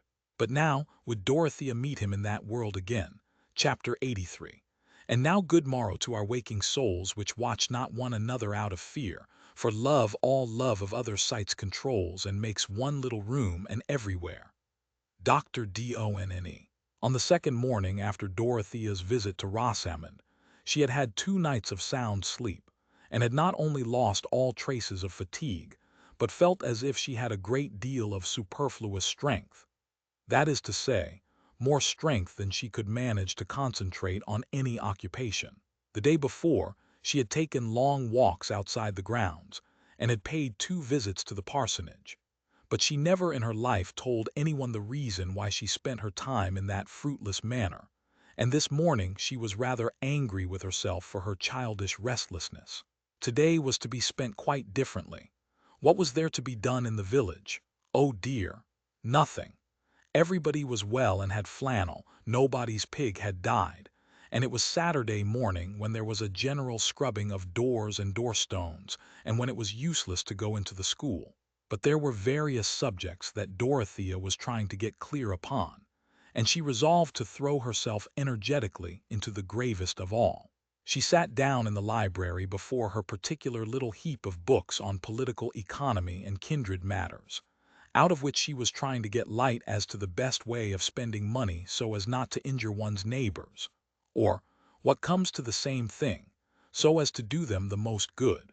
Here was a weighty subject which, if she could but lay hold of it, would certainly keep her mind steady. Unhappily, her mind slipped off it for a whole hour, and at the end she found herself reading sentences twice over with an intense consciousness of many things, but not of any one thing contained in the text. This was hopeless. Should she order the carriage and drive to Tipton? No, for some reason or other she preferred staying at Lowick, but her vagrant mind must be reduced to order. There was an art in self-discipline, and she walked round and round the brown library considering by what sort of maneuver she could arrest her wandering thoughts. Perhaps a mere task was the best means, something to which she must go doggedly. Was there not the geography of Asia Minor, in which her slackness had often been rebuked by Mr. Casaubon? She went to the cabinet of maps and unrolled one. This morning she might make herself finally sure that Paphlagonia was not on the Levantan coast, and fix her total darkness about the Chalybes firmly on the shores of the Euxine. A map was a fine thing to study when you were disposed to think of something else, being made up of names that would turn into a chime if you went back upon them. Dorothea set earnestly to work, bending close to her map, and uttering the names in an audible, subdued tone, which often got into a chime. She looked amusingly girlish after all her deep experience, nodding her head and marking the names off on her fingers, with a little pursing of her lip, and now and then breaking off to put her hands on each side of her face and say, "Oh dear, oh dear." There was no reason why this should end any more than a merry-go-round, but it was at last interrupted by the opening of the door and the announcement of Miss Noble. The little old lady, whose bonnet hardly reached Dorothea's shoulder, was warmly welcomed, but while her hand was being pressed, she made many of her beaver-like noises, as if she had something difficult to say. "Do sit down," said Dorothea, rolling a chair forward. "Am I wanted for anything? I shall be so glad if I can do anything." "I will not stay," said Miss Noble, putting her hand into her small basket and holding some article inside it nervously. "I have left a friend in the churchyard." She lapsed into her inarticulate sounds, and unconsciously drew forth the article which she was fingering. It was the tortoise-shell lozenge box, and Dorothea felt the color mounting to her cheeks. "Mr. Ladislaw," continued the timid little woman, "he fears he has offended you, and has begged me to ask if you will see him for a few minutes." Dorothea did not answer on the instant. It was crossing her mind that she could not receive him in this library, where her husband's prohibition seemed to dwell. She looked towards the window. Could she go out and meet him in the grounds? The sky was heavy, and the trees had begun to shiver as at a coming storm. Besides, she shrank from going out to him. "Do see him, Mrs. Casaubon," said Miss Noble pathetically. "Else I must go back and say no, and that will hurt him." "Yes, I will see him," said Dorothea. "Pray tell him to come." What else was there to be done? There was nothing that she longed for at that moment except to see Will. The possibility of seeing him had thrust itself insistently between her and every other object, and yet she had a throbbing excitement like an alarm upon her, a sense that she was doing something daringly defiant for his sake. When the little lady had trotted away on her mission, Dorothea stood in the middle of the library with her hands falling clasped before her, making no attempt to compose herself in an attitude of dignified unconsciousness. What she was least conscious of just then was her own body. She was thinking of what was likely to be in Will's mind, and of the hard feelings that others had had about him. How could any duty bind her to hardness? Resistance to unjust dispraise had mingled with her feeling for him from the very first, and now in the rebound of her heart after her anguish, the resistance was stronger than ever. If I love him too much, it is because he has been used so ill. There was a voice within her saying this to some imagined audience in the library when the door was opened, and she saw Will before her. She did not move, and he came towards her with more doubt and timidity in his face than she had ever seen before. He was in a state of uncertainty which made him afraid lest some look or word of his should condemn him to a new distance from her. And Dorothea was afraid of her own emotion. She looked as if there were a spell upon her, keeping her motionless and hindering her from unclasping her hands, while some intense, grave yearning was imprisoned within her eyes. Seeing that she did not put out her hand as usual, Will paused a yard from her and said with embarrassment, "I am so grateful to you for seeing me." "I wanted to see you," said Dorothea, having no other words at command. It did not occur to her to sit down, and Will did not give a cheerful interpretation to this queenly way of receiving him. But he went on to say what he had made up his mind to say. "I fear you think me foolish and perhaps wrong for coming back so soon. I have been punished for my impatience. You know, everyone knows now, a painful story about my parentage. I knew of it before I went away, and I always meant to tell you of it if we ever met again." There was a slight movement in Dorothea, and she unclasped her hands, but immediately folded them over each other. "But the affair is matter of gossip now," Will continued. "I wished you to know that something connected with it, something which happened before I went away, helped to bring me down here again. At least I thought it excused my coming. It was the idea of getting Bulstrode to apply some money to a public purpose, some money which he had thought of giving me. Perhaps it is rather to Bulstrode's credit that he privately offered me compensation for an old injury. He offered to give me a good income to make amends, but I suppose you know the disagreeable story."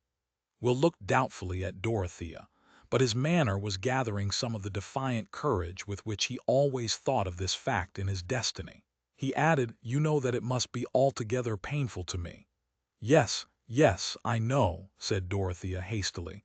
"I did not choose to accept an income from such a source." "I was sure that you would not think well of me if I did so," said Will. Why should he mind saying anything of that sort to her now? She knew that he had avowed his love for her. "I felt that," he broke off nevertheless.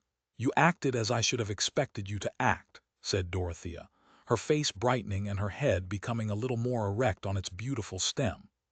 "I did not believe that you would let any circumstance of my birth create a prejudice in you against me, though it was sure to do so in others," said Will, shaking his head backward in his old way, and looking with a grave appeal into her eyes. "If it were a new hardship, it would be a new reason for me to cling to you," said Dorothea fervidly. "Nothing could have changed me but—" Her heart was swelling, and it was difficult to go on.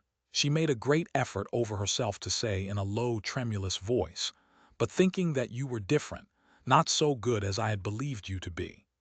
"You are sure to believe me better than I am in everything but one," said Will, giving way to his own feeling in the evidence of hers.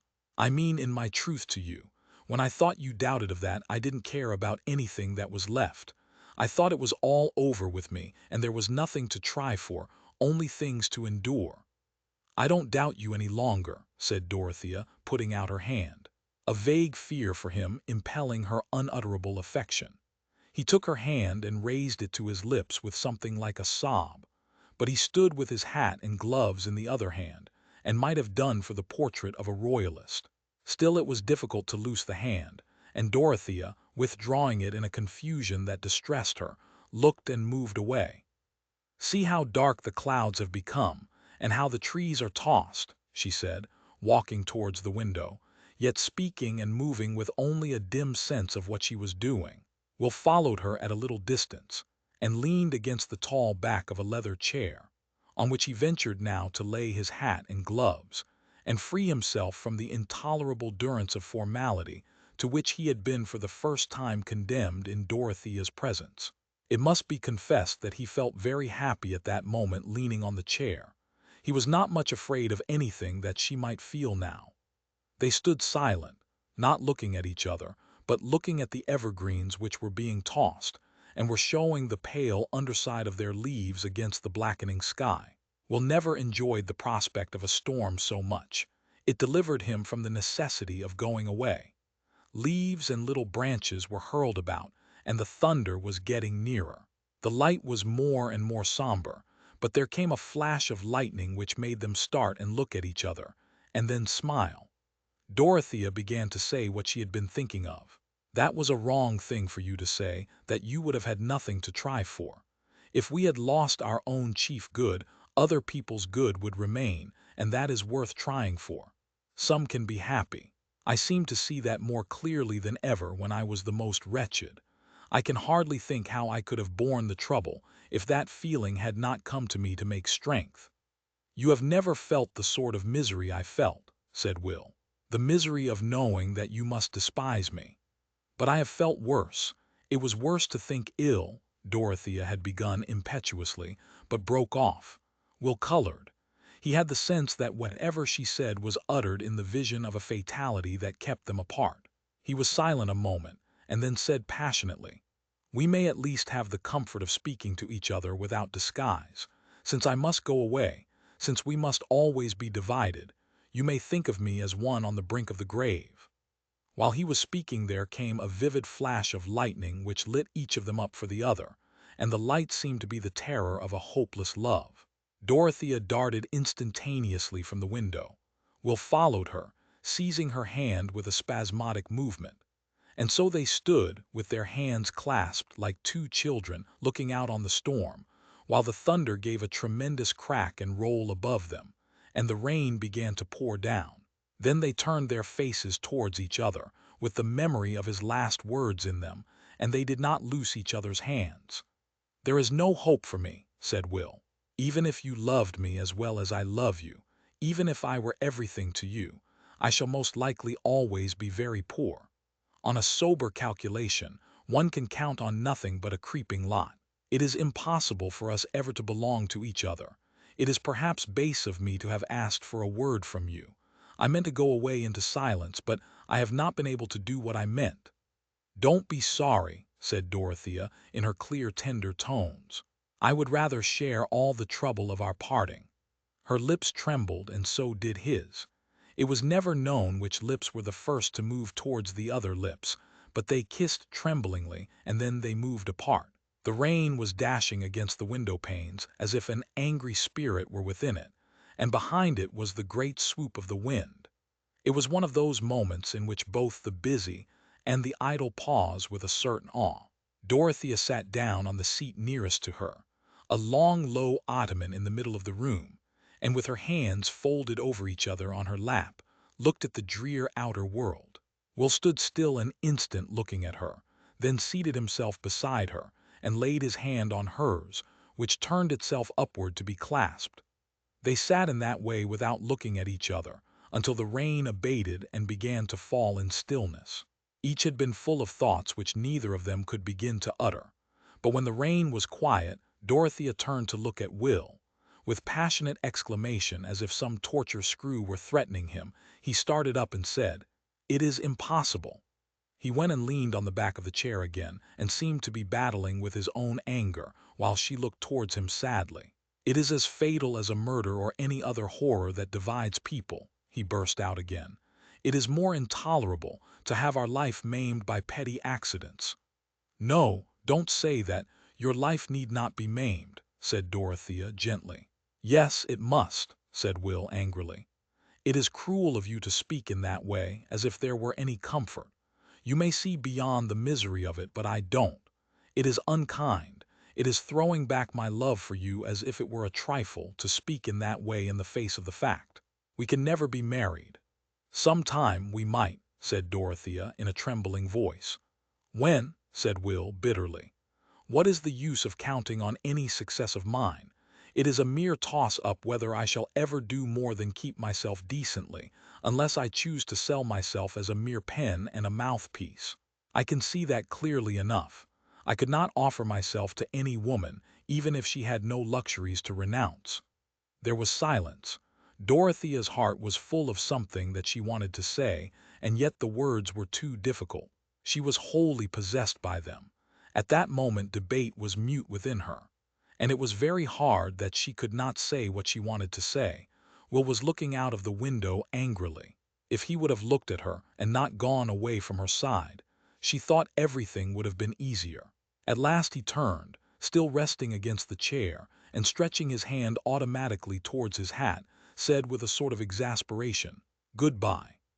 "Oh, I cannot bear it, my heart will break," said Dorothea, starting from her seat, the flood of her young passion bearing down all the obstructions which had kept her silent, the great tears rising and falling in an instant. "I don't mind about poverty, I hate my wealth." In an instant Will was close to her and had his arms round her, but she drew her head back and held his away gently that she might go on speaking, her large tear-filled eyes looking at his very simply, while she said in a sobbing childlike way, "We could live quite well on my own fortune. It is too much, 700 a year. I want so little, no new clothes, and I will learn what everything costs." Chapter 84. "Though it be songe of old and yonge, that I should be to blame, theirs be the charge that spoke so large in hurtinge of my name." The Not Brown Maid. It was just after the Lords had thrown out the Reform Bill.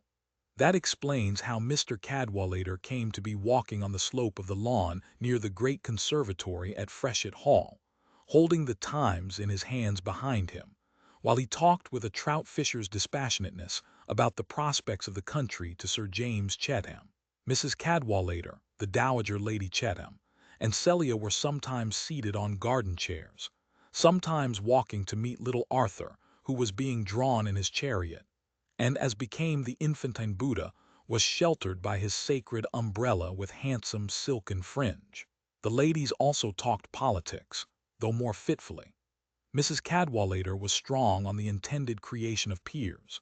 She had it for certain from her cousin that Trueberry had gone over to the other side entirely at the instigation of his wife, who had scented peerages in the air from the very first introduction of the reform question, and would sign her soul away to take precedence of her younger sister, who had married a baronet. Lady Chetham thought that such conduct was very reprehensible, and remembered that Mrs. Trueberry's mother was a Miss Walsingham of Melspring. Celia confessed it was nicer to be Lady than Mrs., and that Dodo never minded about precedence if she could have her own way. Mrs. Cadwallader held that it was a poor satisfaction to take precedence when everybody about you knew that you had not a drop of good blood in your veins. And Celia again, stopping to look at Arthur, said, "It would be very nice, though, if he were a viscount, and his lordship's little tooth coming through. He might have been if James had been an earl." "My dear Celia," said the Dowager, "James's title is worth far more than any new earldom. I never wished his father to be anything else than Sir James." "Oh, I only meant about Arthur's little tooth," said Celia comfortably. "But see, here is my uncle coming." She tripped off to meet her uncle, while Sir James and Mr. Cadwallader came forward to make one group with the ladies. Celia had slipped her arm through her uncle's, and he patted her hand with a rather melancholy, "Well, my dear." As they approached, it was evident that Mr. Brooke was looking dejected, but this was fully accounted for by the state of politics. And as he was shaking hands all round without more greeting than a "Well, you're all here, you know," the rector said, laughingly.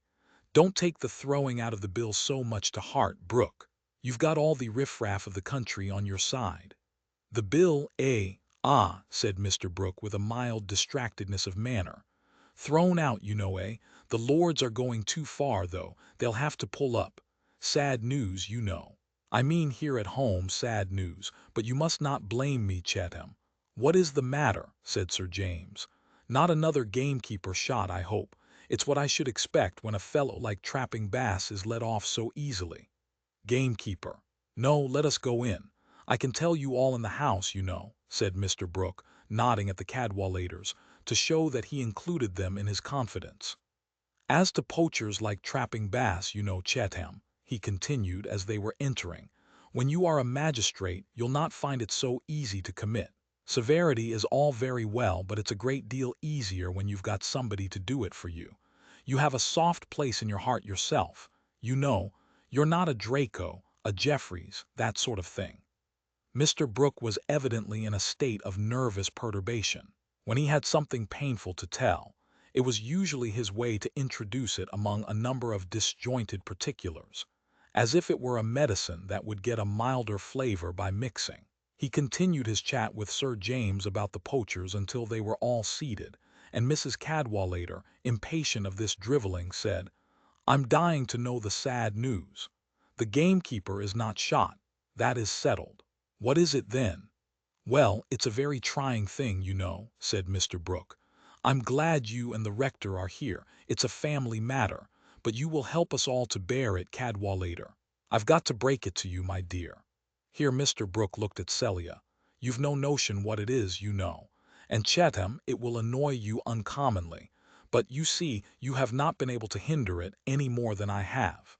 There's something singular in things. They come round, you know."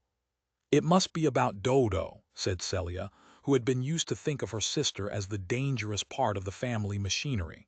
She had seated herself on a low stool against her husband's knee. "For God's sake let us hear what it is," said Sir James. "Well, you know, Chatham, I couldn't help Casaubon's will. It was a sort of will to make things worse." "Exactly," said Sir James hastily. "But what is worse?" "Dorothea is going to be married again, you know," said Mr. Brooke, nodding towards Celia, who immediately looked up at her husband with a frightened glance and put her hand on his knee.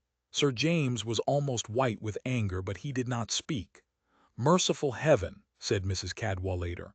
"Not to young Ladislaw," Mr. Brooke nodded, saying, "Yes, to Ladislaw," and then fell into a prudential silence. "You see, Humphrey," said Mrs. Cadwallader, waving her arm towards her husband, "another time you will admit that I have some foresight, or rather you will contradict me and be just as blind as ever. You suppose that the young gentleman was gone out of the country. So he might be and yet come back," said the rector quietly. "When did you learn this?" said Sir James, not liking to hear anyone else speak, though finding it difficult to speak himself. "Yesterday," said Mr. Brooke meekly. "I went to Lowick. Dorothea sent for me, you know. It had come about quite suddenly. Neither of them had any idea 2 days ago, not any idea, you know. There's something singular in things. But Dorothea is quite determined. It is no use opposing. I put it strongly to her. I did my duty, Chatham, but she can act as she likes, you know." "It would have been better if I had called him out and shot him a year ago," said Sir James, not from bloody-mindedness, but because he needed something strong to say. "Really, James, that would have been very disagreeable," said Celia. "Be reasonable, Chatham. Look at the affair more quietly," said Mr. Cadwallader, sorry to see his good-natured friend so overmastered by anger.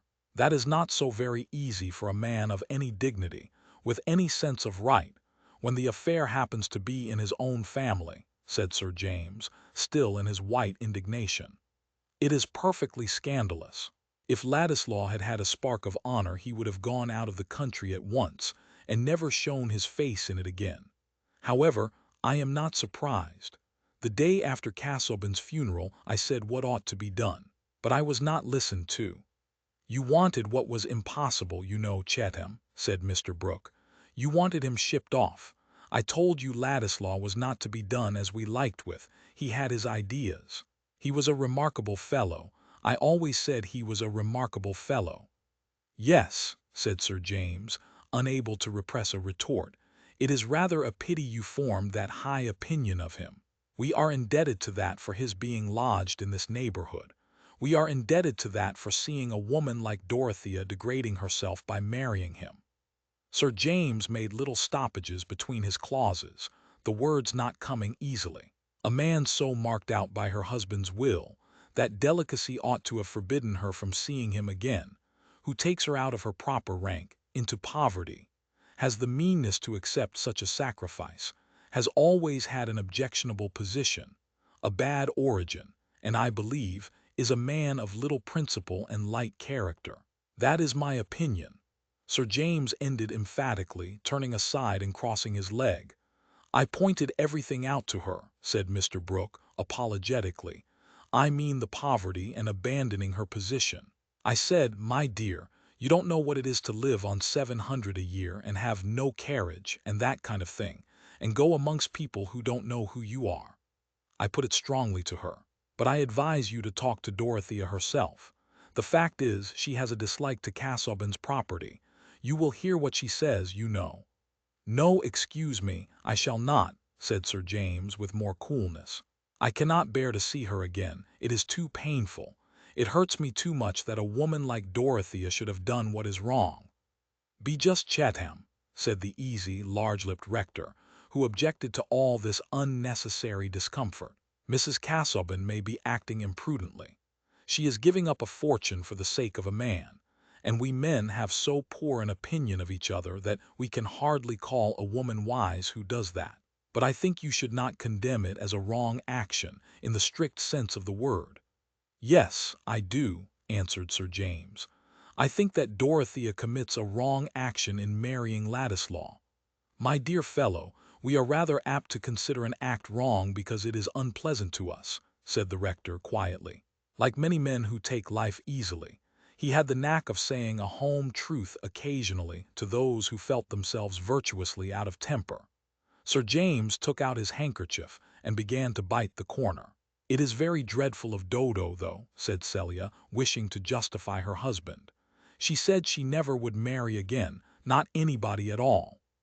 "I heard her say the same thing myself," said Lady Chatham majestically, as if this were royal evidence. "Oh, there is usually a silent exception in such cases," said Mrs. Cadwallader. "The only wonder to me is that any of you are surprised. You did nothing to hinder it. If you would have had Lord Triton down here to woo her with his philanthropy, he might have carried her off before the year was over. There was no safety in anything else. Mr. Casaubon had prepared all this as beautifully as possible. He made himself disagreeable, or it pleased God to make him so, and then he dared her to contradict him. It's the way to make any trumpery tempting, to ticket it at a high price in that way." "I don't know what you mean by wrong, Cadwallader," said Sir James, still feeling a little stung, and turning round in his chair towards the rector. "He's not a man we can take into the family.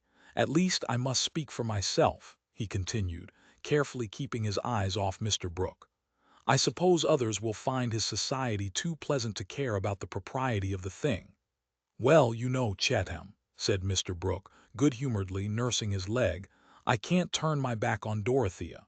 I must be a father to her up to a certain point. I said, 'My dear, I won't refuse to give you away.' I had spoken strongly before, but I can cut off the entail, you know. It will cost money and be troublesome, but I can do it, you know." Mr. Brooke nodded at Sir James, and felt that he was both showing his own force of resolution and propitiating what was just in the baronet's vexation. He had hit on a more ingenious mode of parrying than he was aware of. He had touched a motive of which Sir James was ashamed. The mass of his feeling about Dorothea's marriage to Ladislaw was due partly to excusable prejudice, or even justifiable opinion, partly to a jealous repugnance hardly less in Ladislaw's case than in Casaubon's. He was convinced that the marriage was a fatal one for Dorothea. But amid that mass ran a vein of which he was too good and honorable a man to like the avowal even to himself. It was undeniable that the union of the two estates, Tipton and Freshitt, lying charmingly within a ring fence, was a prospect that flattered him for his son and heir.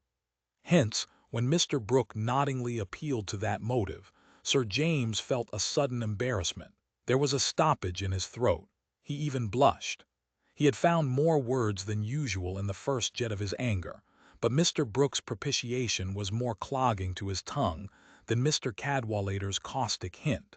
But Celia was glad to have room for speech after her uncle's suggestion of the marriage ceremony, and she said, though with as little eagerness of manner as if the question had turned on an invitation to dinner, "Do you mean that Dodo is going to be married directly, uncle?" "In 3 weeks, you know," said Mr. Brooke, helplessly. "I can do nothing to hinder it, Cadwallader," he added, turning for a little countenance toward the rector, who said, "I should not make any fuss about it. If she likes to be poor, that is her affair. Nobody would have said anything if she had married the young fellow because he was rich. Plenty of beneficed clergy are poorer than they will be.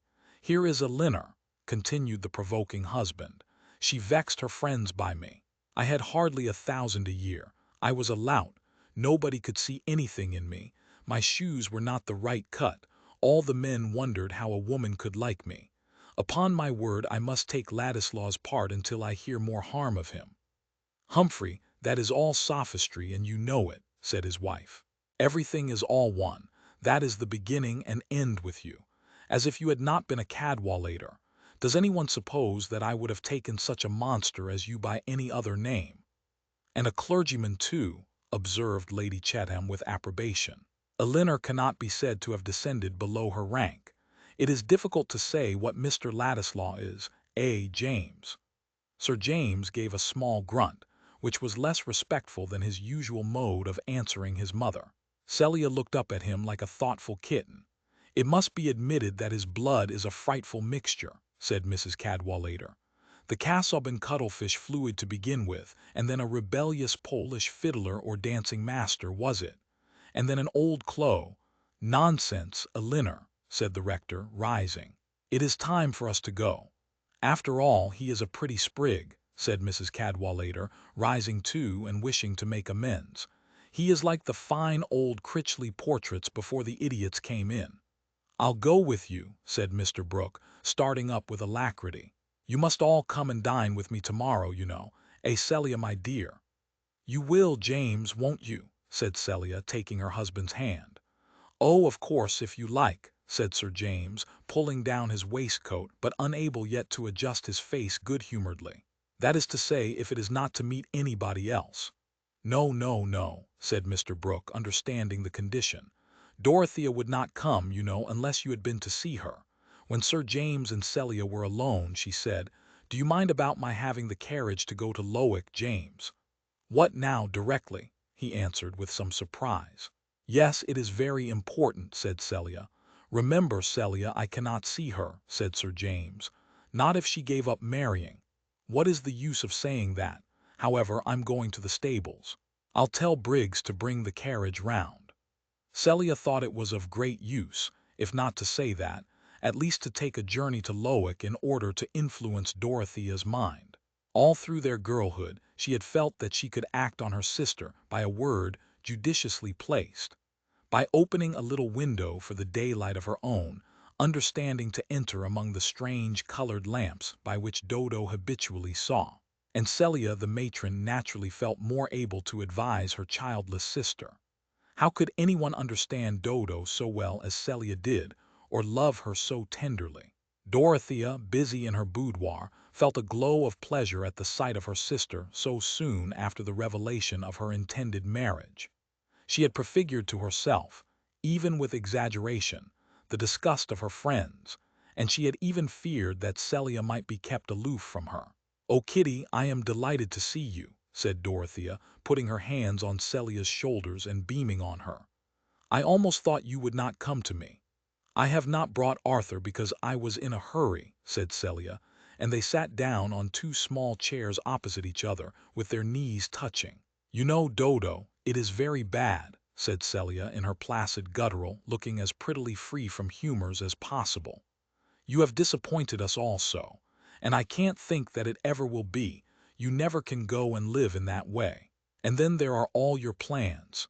You never can have thought of that. James would have taken any trouble for you, and you might have gone on all your life doing what you liked."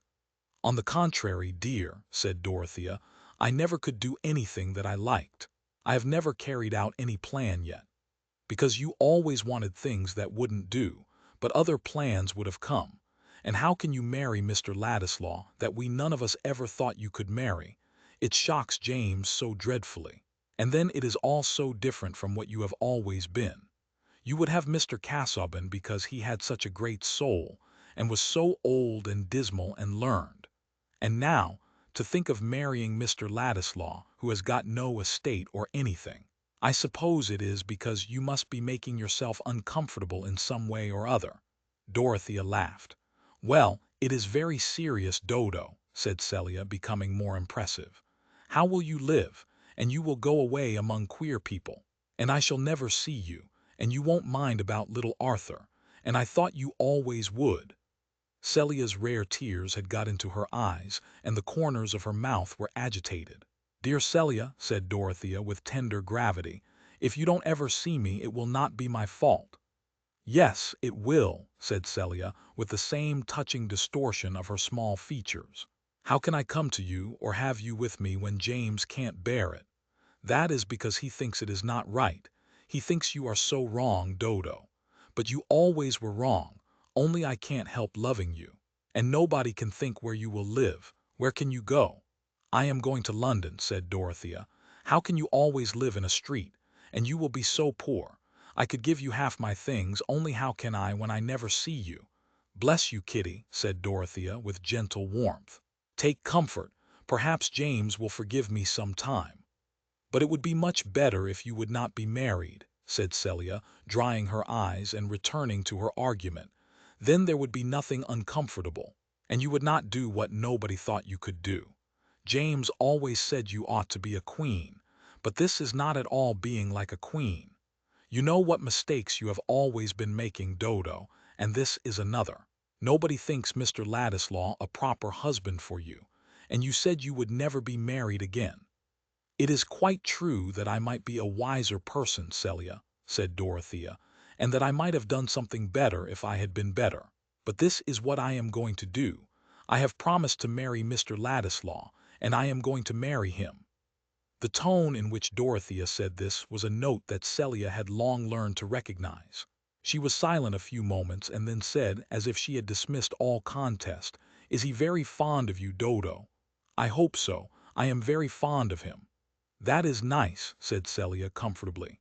"Only I would rather you had such a sort of husband as James is, with a place very near that I could drive to." Dorothea smiled, and Celia looked rather meditative. Presently she said, "I cannot think how it all came about."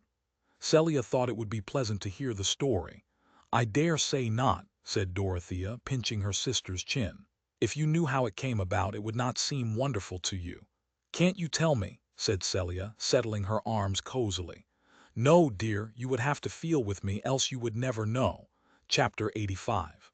Then went the jury out, whose names were Mr. Blindman, Mr. No-Good, Mr. Malice, Mr. Lovelust, Mr. Liveloose, Mr. Heady, Mr. High-Mind, Mr. Enmity, Mr. Liar, Mr. Cruelty, Mr. Hate-Light, Mr. Implacable, who every one gave in his private verdict against him among themselves, and afterwards unanimously concluded to bring him in guilty before the judge.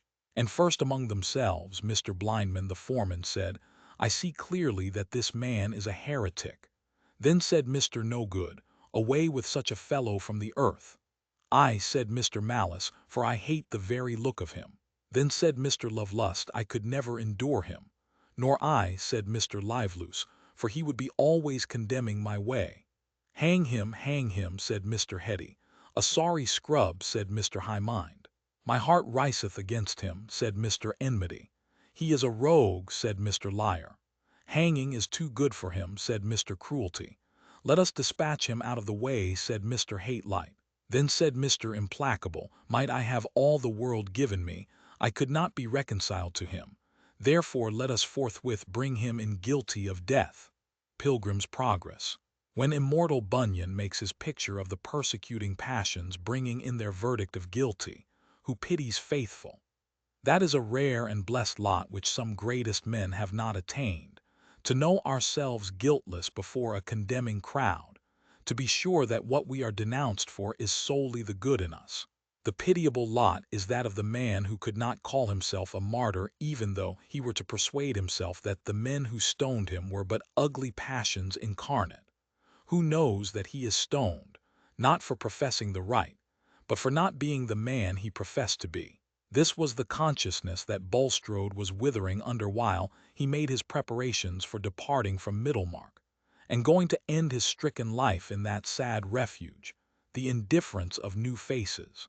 The duteous, merciful constancy of his wife had delivered him from one dread, but it could not hinder her presence from being still a tribunal before which he shrank from confession and desired advocacy. His equivocations with himself about the death of Raffles had sustained the conception of an omniscience whom he prayed to. Yet he had a terror upon him which would not let him expose them to judgment by a full confession to his wife. The acts which he had washed and diluted with inward argument and motive, and for which it seemed comparatively easy to win invisible pardon, what name would she call them by? That she should ever silently call his acts murder was what he could not bear. He felt shrouded by her doubt. He got strength to face her from the sense that she could not yet feel warranted in pronouncing that worst condemnation on him. Some time, perhaps, when he was dying, he would tell her all. In the deep shadow of that time when she held his hand in the gathering darkness, she might listen without recoiling from his touch. Perhaps. But concealment had been the habit of his life, and the impulse to confession had no power against the dread of a deeper humiliation. He was full of timid care for his wife, not only because he deprecated any harshness of judgment from her, but because he felt a deep distress at the sight of her suffering. She had sent her daughters away to board at a school on the coast, that this crisis might be hidden from them as far as possible. Set free by their absence from the intolerable necessity of accounting for her grief, or of beholding their frightened wonder, she could live unconstrainedly with the sorrow that was every day streaking her hair with whiteness and making her eyelids languid. "Tell me anything that you would like to have me do, Harriet," Bulstrode had said to her. "I mean with regard to arrangements of property. It is my intention not to sell the land I possess in this neighborhood, but to leave it to you as a safe provision. If you have any wish on such subjects, do not conceal it from me."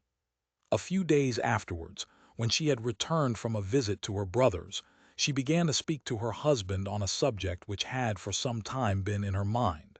"I should like to do something for my brother's family, Nicholas, and I think we are bound to make some amends to Rosamond and her husband. Walter says Mr. Lydgate must leave the town, and his practice is almost good for nothing, and they have very little left to settle anywhere with. I would rather do without something for ourselves, to make some amends to my poor brother's family." Mrs. Bulstrode did not wish to go nearer to the facts than in the phrase, "make some amends," knowing that her husband must understand her.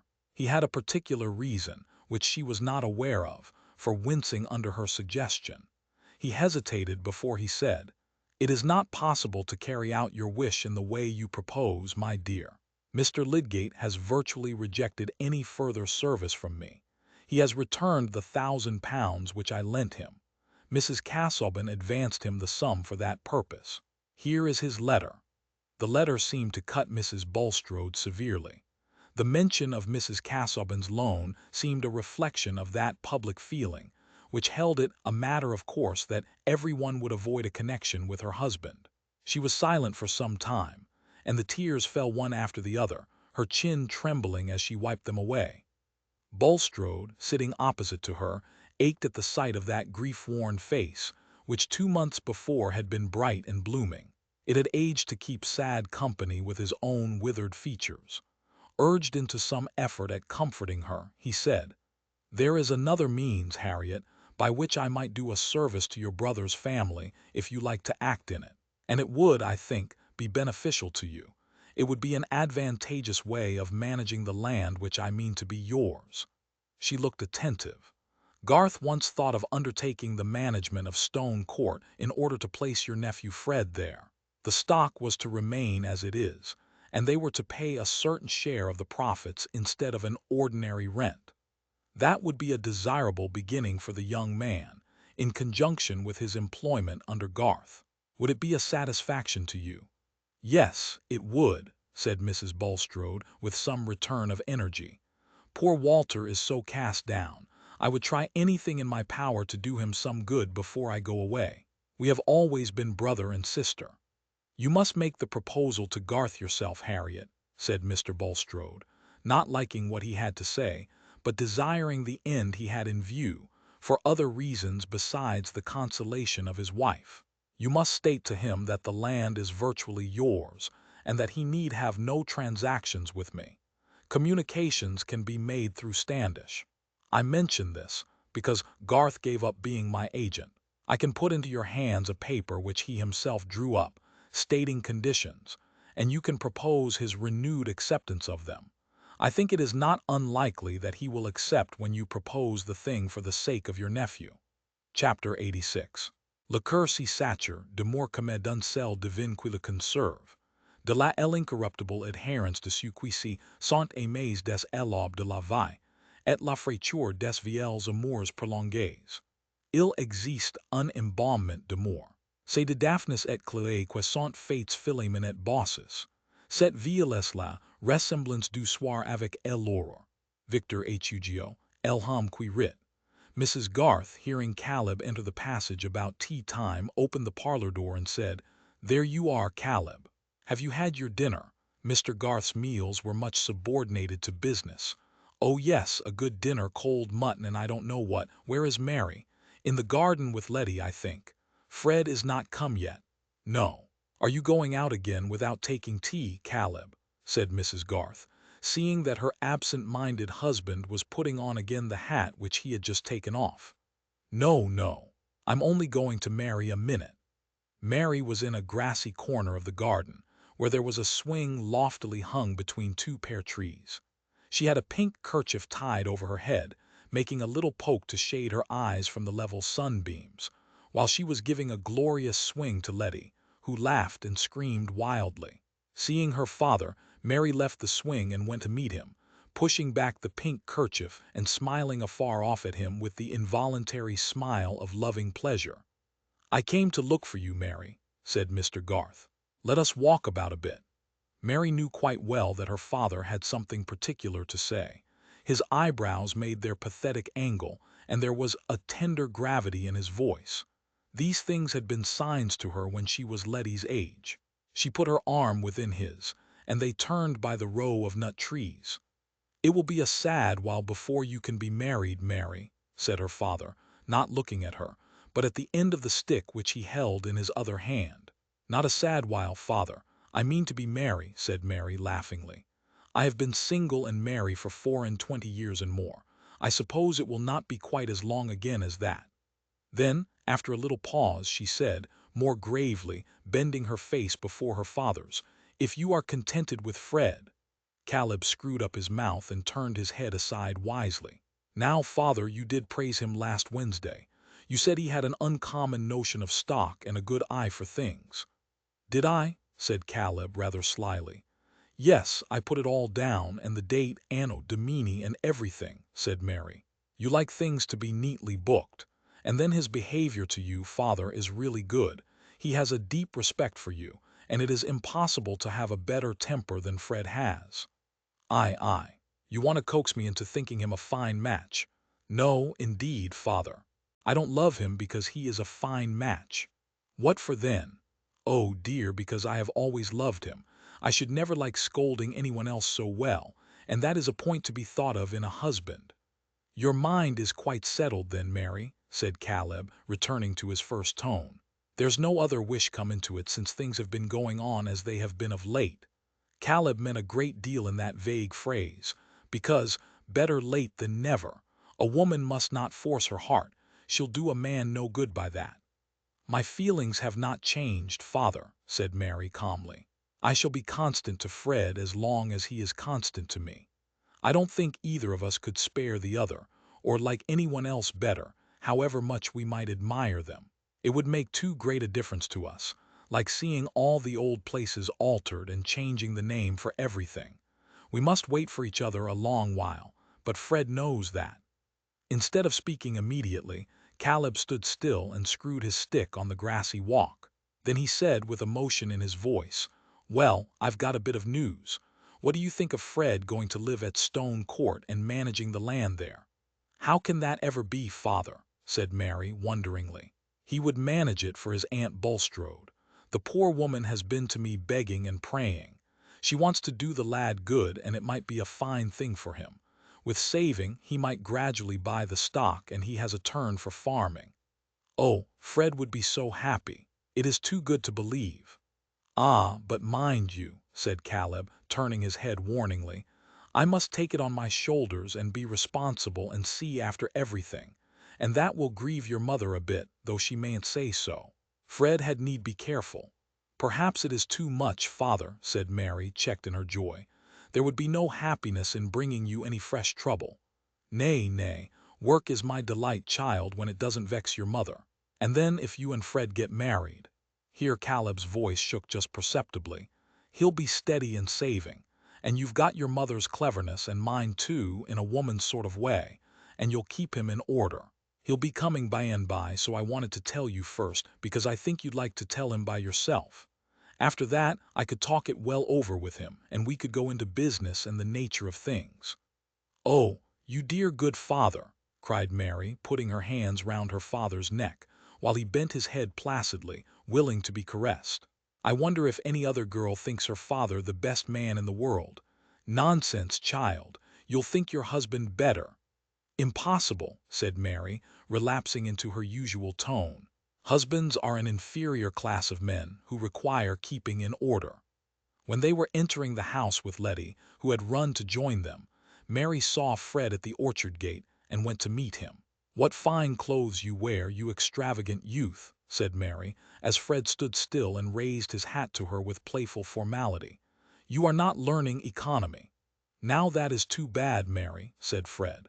"Just look at the edges of these coat cuffs. It is only by dint of good brushing that I look respectable. I am saving up 3 suits, one for a wedding suit. How very droll you will look, like a gentleman in an old-fashioned book. Oh no, they will keep 2 years. 2 years. Be reasonable, Fred," said Mary, turning to walk. "Don't encourage flattering expectations." "Why not? One lives on them better than on unflattering ones. If we can't be married in 2 years, the truth will be quite bad enough when it comes. I have heard a story of a young gentleman who once encouraged flattering expectations, and they did him harm. Mary, if you've got something discouraging to tell me, I shall bolt. I shall go into the house to Mr. Garth. I am out of spirits. My father is so cut up. Home is not like itself. I can't bear any more bad news." "Should you call it bad news to be told that you were to live at Stone Court, and manage the farm, and be remarkably prudent, and save money every year till all the stock and furniture were your own, and you were a distinguished agricultural character, as Mr. Borthrop Trumbull says, rather stout, I fear, and with the Greek and Latin sadly weather-worn?" "You don't mean anything except nonsense, Mary," said Fred, coloring slightly nevertheless. "That is what my father has just told me of as what may happen, and he never talks nonsense," said Mary, looking up at Fred now, while he grasped her hand as they walked till it rather hurt her. But she would not complain. "Oh, I could be a tremendously good fellow then, Mary, and we could be married directly." "Not so fast, sir. How do you know that I would not rather defer our marriage for some years? That would leave you time to misbehave, and then if I like someone else better, I should have an excuse for jilting you." "Pray don't joke, Mary," said Fred, with strong feeling. "Tell me seriously that all this is true, and that you are happy because of it, because you love me best." "It is all true, Fred, and I am happy because of it, because I love you best," said Mary, in a tone of obedient recitation. They lingered on the doorstep under the steep-roofed porch, and Fred almost in a whisper said, "When we were first engaged with the umbrella-ring, Mary, you used to—" The spirit of joy began to laugh more decidedly in Mary's eyes, but the fatal Ben came running to the door with Brownie yapping behind him, and bouncing against them said, "Fred and Mary, are you ever coming in? Or may I eat your cake?" Finale. Every limit is a beginning as well as an ending. Who can quit young lives after being long in company with them, and not desire to know what befell them in their after years? For the fragment of a life, however typical, is not the sample of an even web. Promises may not be kept, and an ardent outset may be followed by declension. Latent powers may find their long-waited opportunity. A past error may urge a grand retrieval. Marriage, which has been the bourne of so many narratives, is still a great beginning, as it was to Adam and Eve, who kept their honeymoon in Eden, but had their first little one among the thorns and thistles of the wilderness.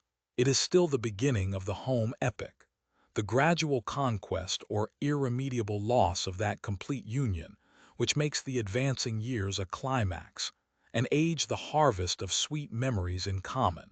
Some set out, like crusaders of old, with a glorious equipment of hope and enthusiasm, and get broken by the way, wanting patience with each other and the world. All who have cared for Fred Vincy and Mary Garth will like to know that these two made no such failure, but achieved a solid mutual happiness. Fred surprised his neighbors in various ways. He became rather distinguished in his side of the county as a theoretic and practical farmer, and produced a work on the cultivation of green crops and the economy of cattle feeding, which won him high congratulations at agricultural meetings. In Middlemarch, admiration was more reserved. Most persons there were inclined to believe that the merit of Fred's authorship was due to his wife, since they had never expected Fred Vincy to write on turnips and mangel wurzel. But when Mary wrote a little book for her boys called Stories of Great Men, taken from Plutarch, and had it printed and published by Grip and Co., Middlemarch, everyone in the town was willing to give the credit of this work to Fred, observing that he had been to the university, where the ancients were studied, and might have been a clergyman if he had chosen. In this way it was made clear that Middlemarch had never been deceived, and that there was no need to praise anybody for writing a book, since it was always done by somebody else. Moreover, Fred remained unswervingly steady. Some years after his marriage, he told Mary that his happiness was half owing to Fairbrother, who gave him a strong pull-up at the right moment. I cannot say that he was never again misled by his hopefulness. The yield of crops or the profits of a cattle sale usually fell below his estimate, and he was always prone to believe that he could make money by the purchase of a horse which turned out badly, though this, Mary observed, was of course the fault of the horse, not of Fred's judgment. He kept his love of horsemanship, but he rarely allowed himself a day's hunting, and when he did so, it was remarkable that he submitted to be laughed at for cowardliness at the fences, seeming to see Mary and the boys sitting on the 5-barred gate, or showing their curly heads between hedge and ditch. There were 3 boys. Mary was not discontented that she brought forth men children only, and when Fred wished to have a girl like her, she said, laughingly, "That would be too great a trial to your mother." Mrs. Vincy, in her declining years, and in the diminished luster of her housekeeping, was much comforted by her perception that 2 at least of Fred's boys were real Vincys, and did not feature the Garths. But Mary secretly rejoiced that the youngest of the 3 was very much what her father must have been when he wore a round jacket, and showed a marvelous nicety of aim in playing at marbles, or in throwing stones to bring down the mellow pears. Ben and Letty Garth, who were uncle and aunt before they were well in their teens, disputed much as to whether nephews or nieces were more desirable, Ben contending that it was clear girls were good for less than boys, else they would not be always in petticoats, which showed how little they were meant for. Whereupon Letty, who argued much from books, got angry in replying that God made coats of skins for both Adam and Eve alike. Also it occurred to her that in the East the men too wore petticoats. But this latter argument, obscuring the majesty of the former, was one too many, for Ben answered contemptuously, "The more spoonies they," and immediately appealed to his mother whether boys were not better than girls. Mrs. Garth pronounced that both were alike naughty, but that boys were undoubtedly stronger, could run faster, and throw with more precision to a greater distance. With this oracular sentence Ben was well satisfied, not minding the naughtiness. But Letty took it ill, her feeling of superiority being stronger than her muscles. Fred never became rich. His hopefulness had not led him to expect that, but he gradually saved enough to become owner of the stock and furniture at Stone Court, and the work which Mr. Garth put into his hands carried him in plenty through those bad times, which are always present with farmers. Mary, in her matronly days, became as solid in figure as her mother, but, unlike her, gave the boys little formal teaching, so that Mrs. Garth was alarmed lest they should never be well grounded in grammar and geography. Nevertheless, they were found quite forward enough when they went to school, perhaps because they had liked nothing so well as being with their mother. When Fred was riding home on winter evenings, he had a pleasant vision beforehand of the bright hearth in the wainscoted parlor, and was sorry for other men who could not have Mary for their wife, especially for Mr. Fairbrother. "He was 10 times worthier of you than I was," Fred could now say to her, magnanimously. "To be sure he was," Mary answered, "and for that reason he could do better without me. But you, I shudder to think what you would have been. A curate in debt for horse hire and cambric pocket handkerchiefs."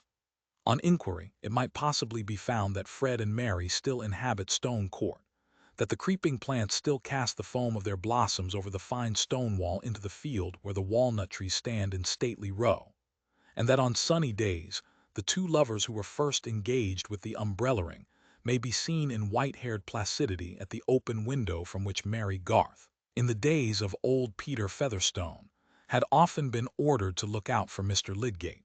Lydgate's hair never became white.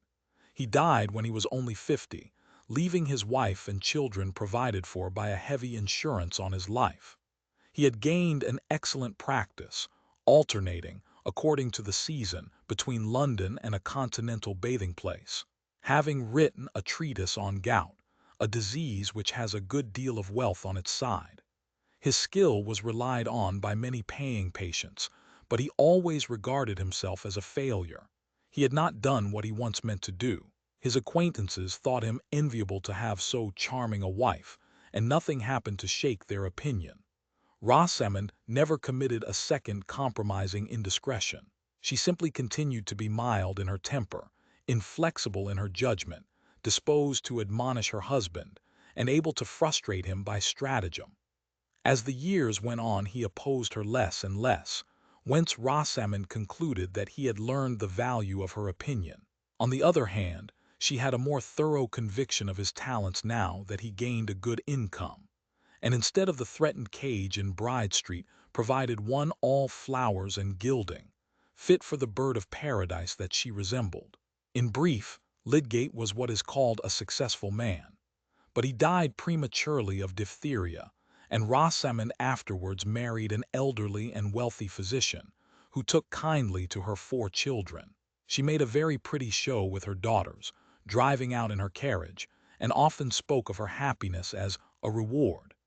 She did not say for what, but probably she meant that it was a reward for her patience with Tertius, whose temper never became faultless, and to the last occasionally let slip a bitter speech which was more memorable than the signs he made of his repentance.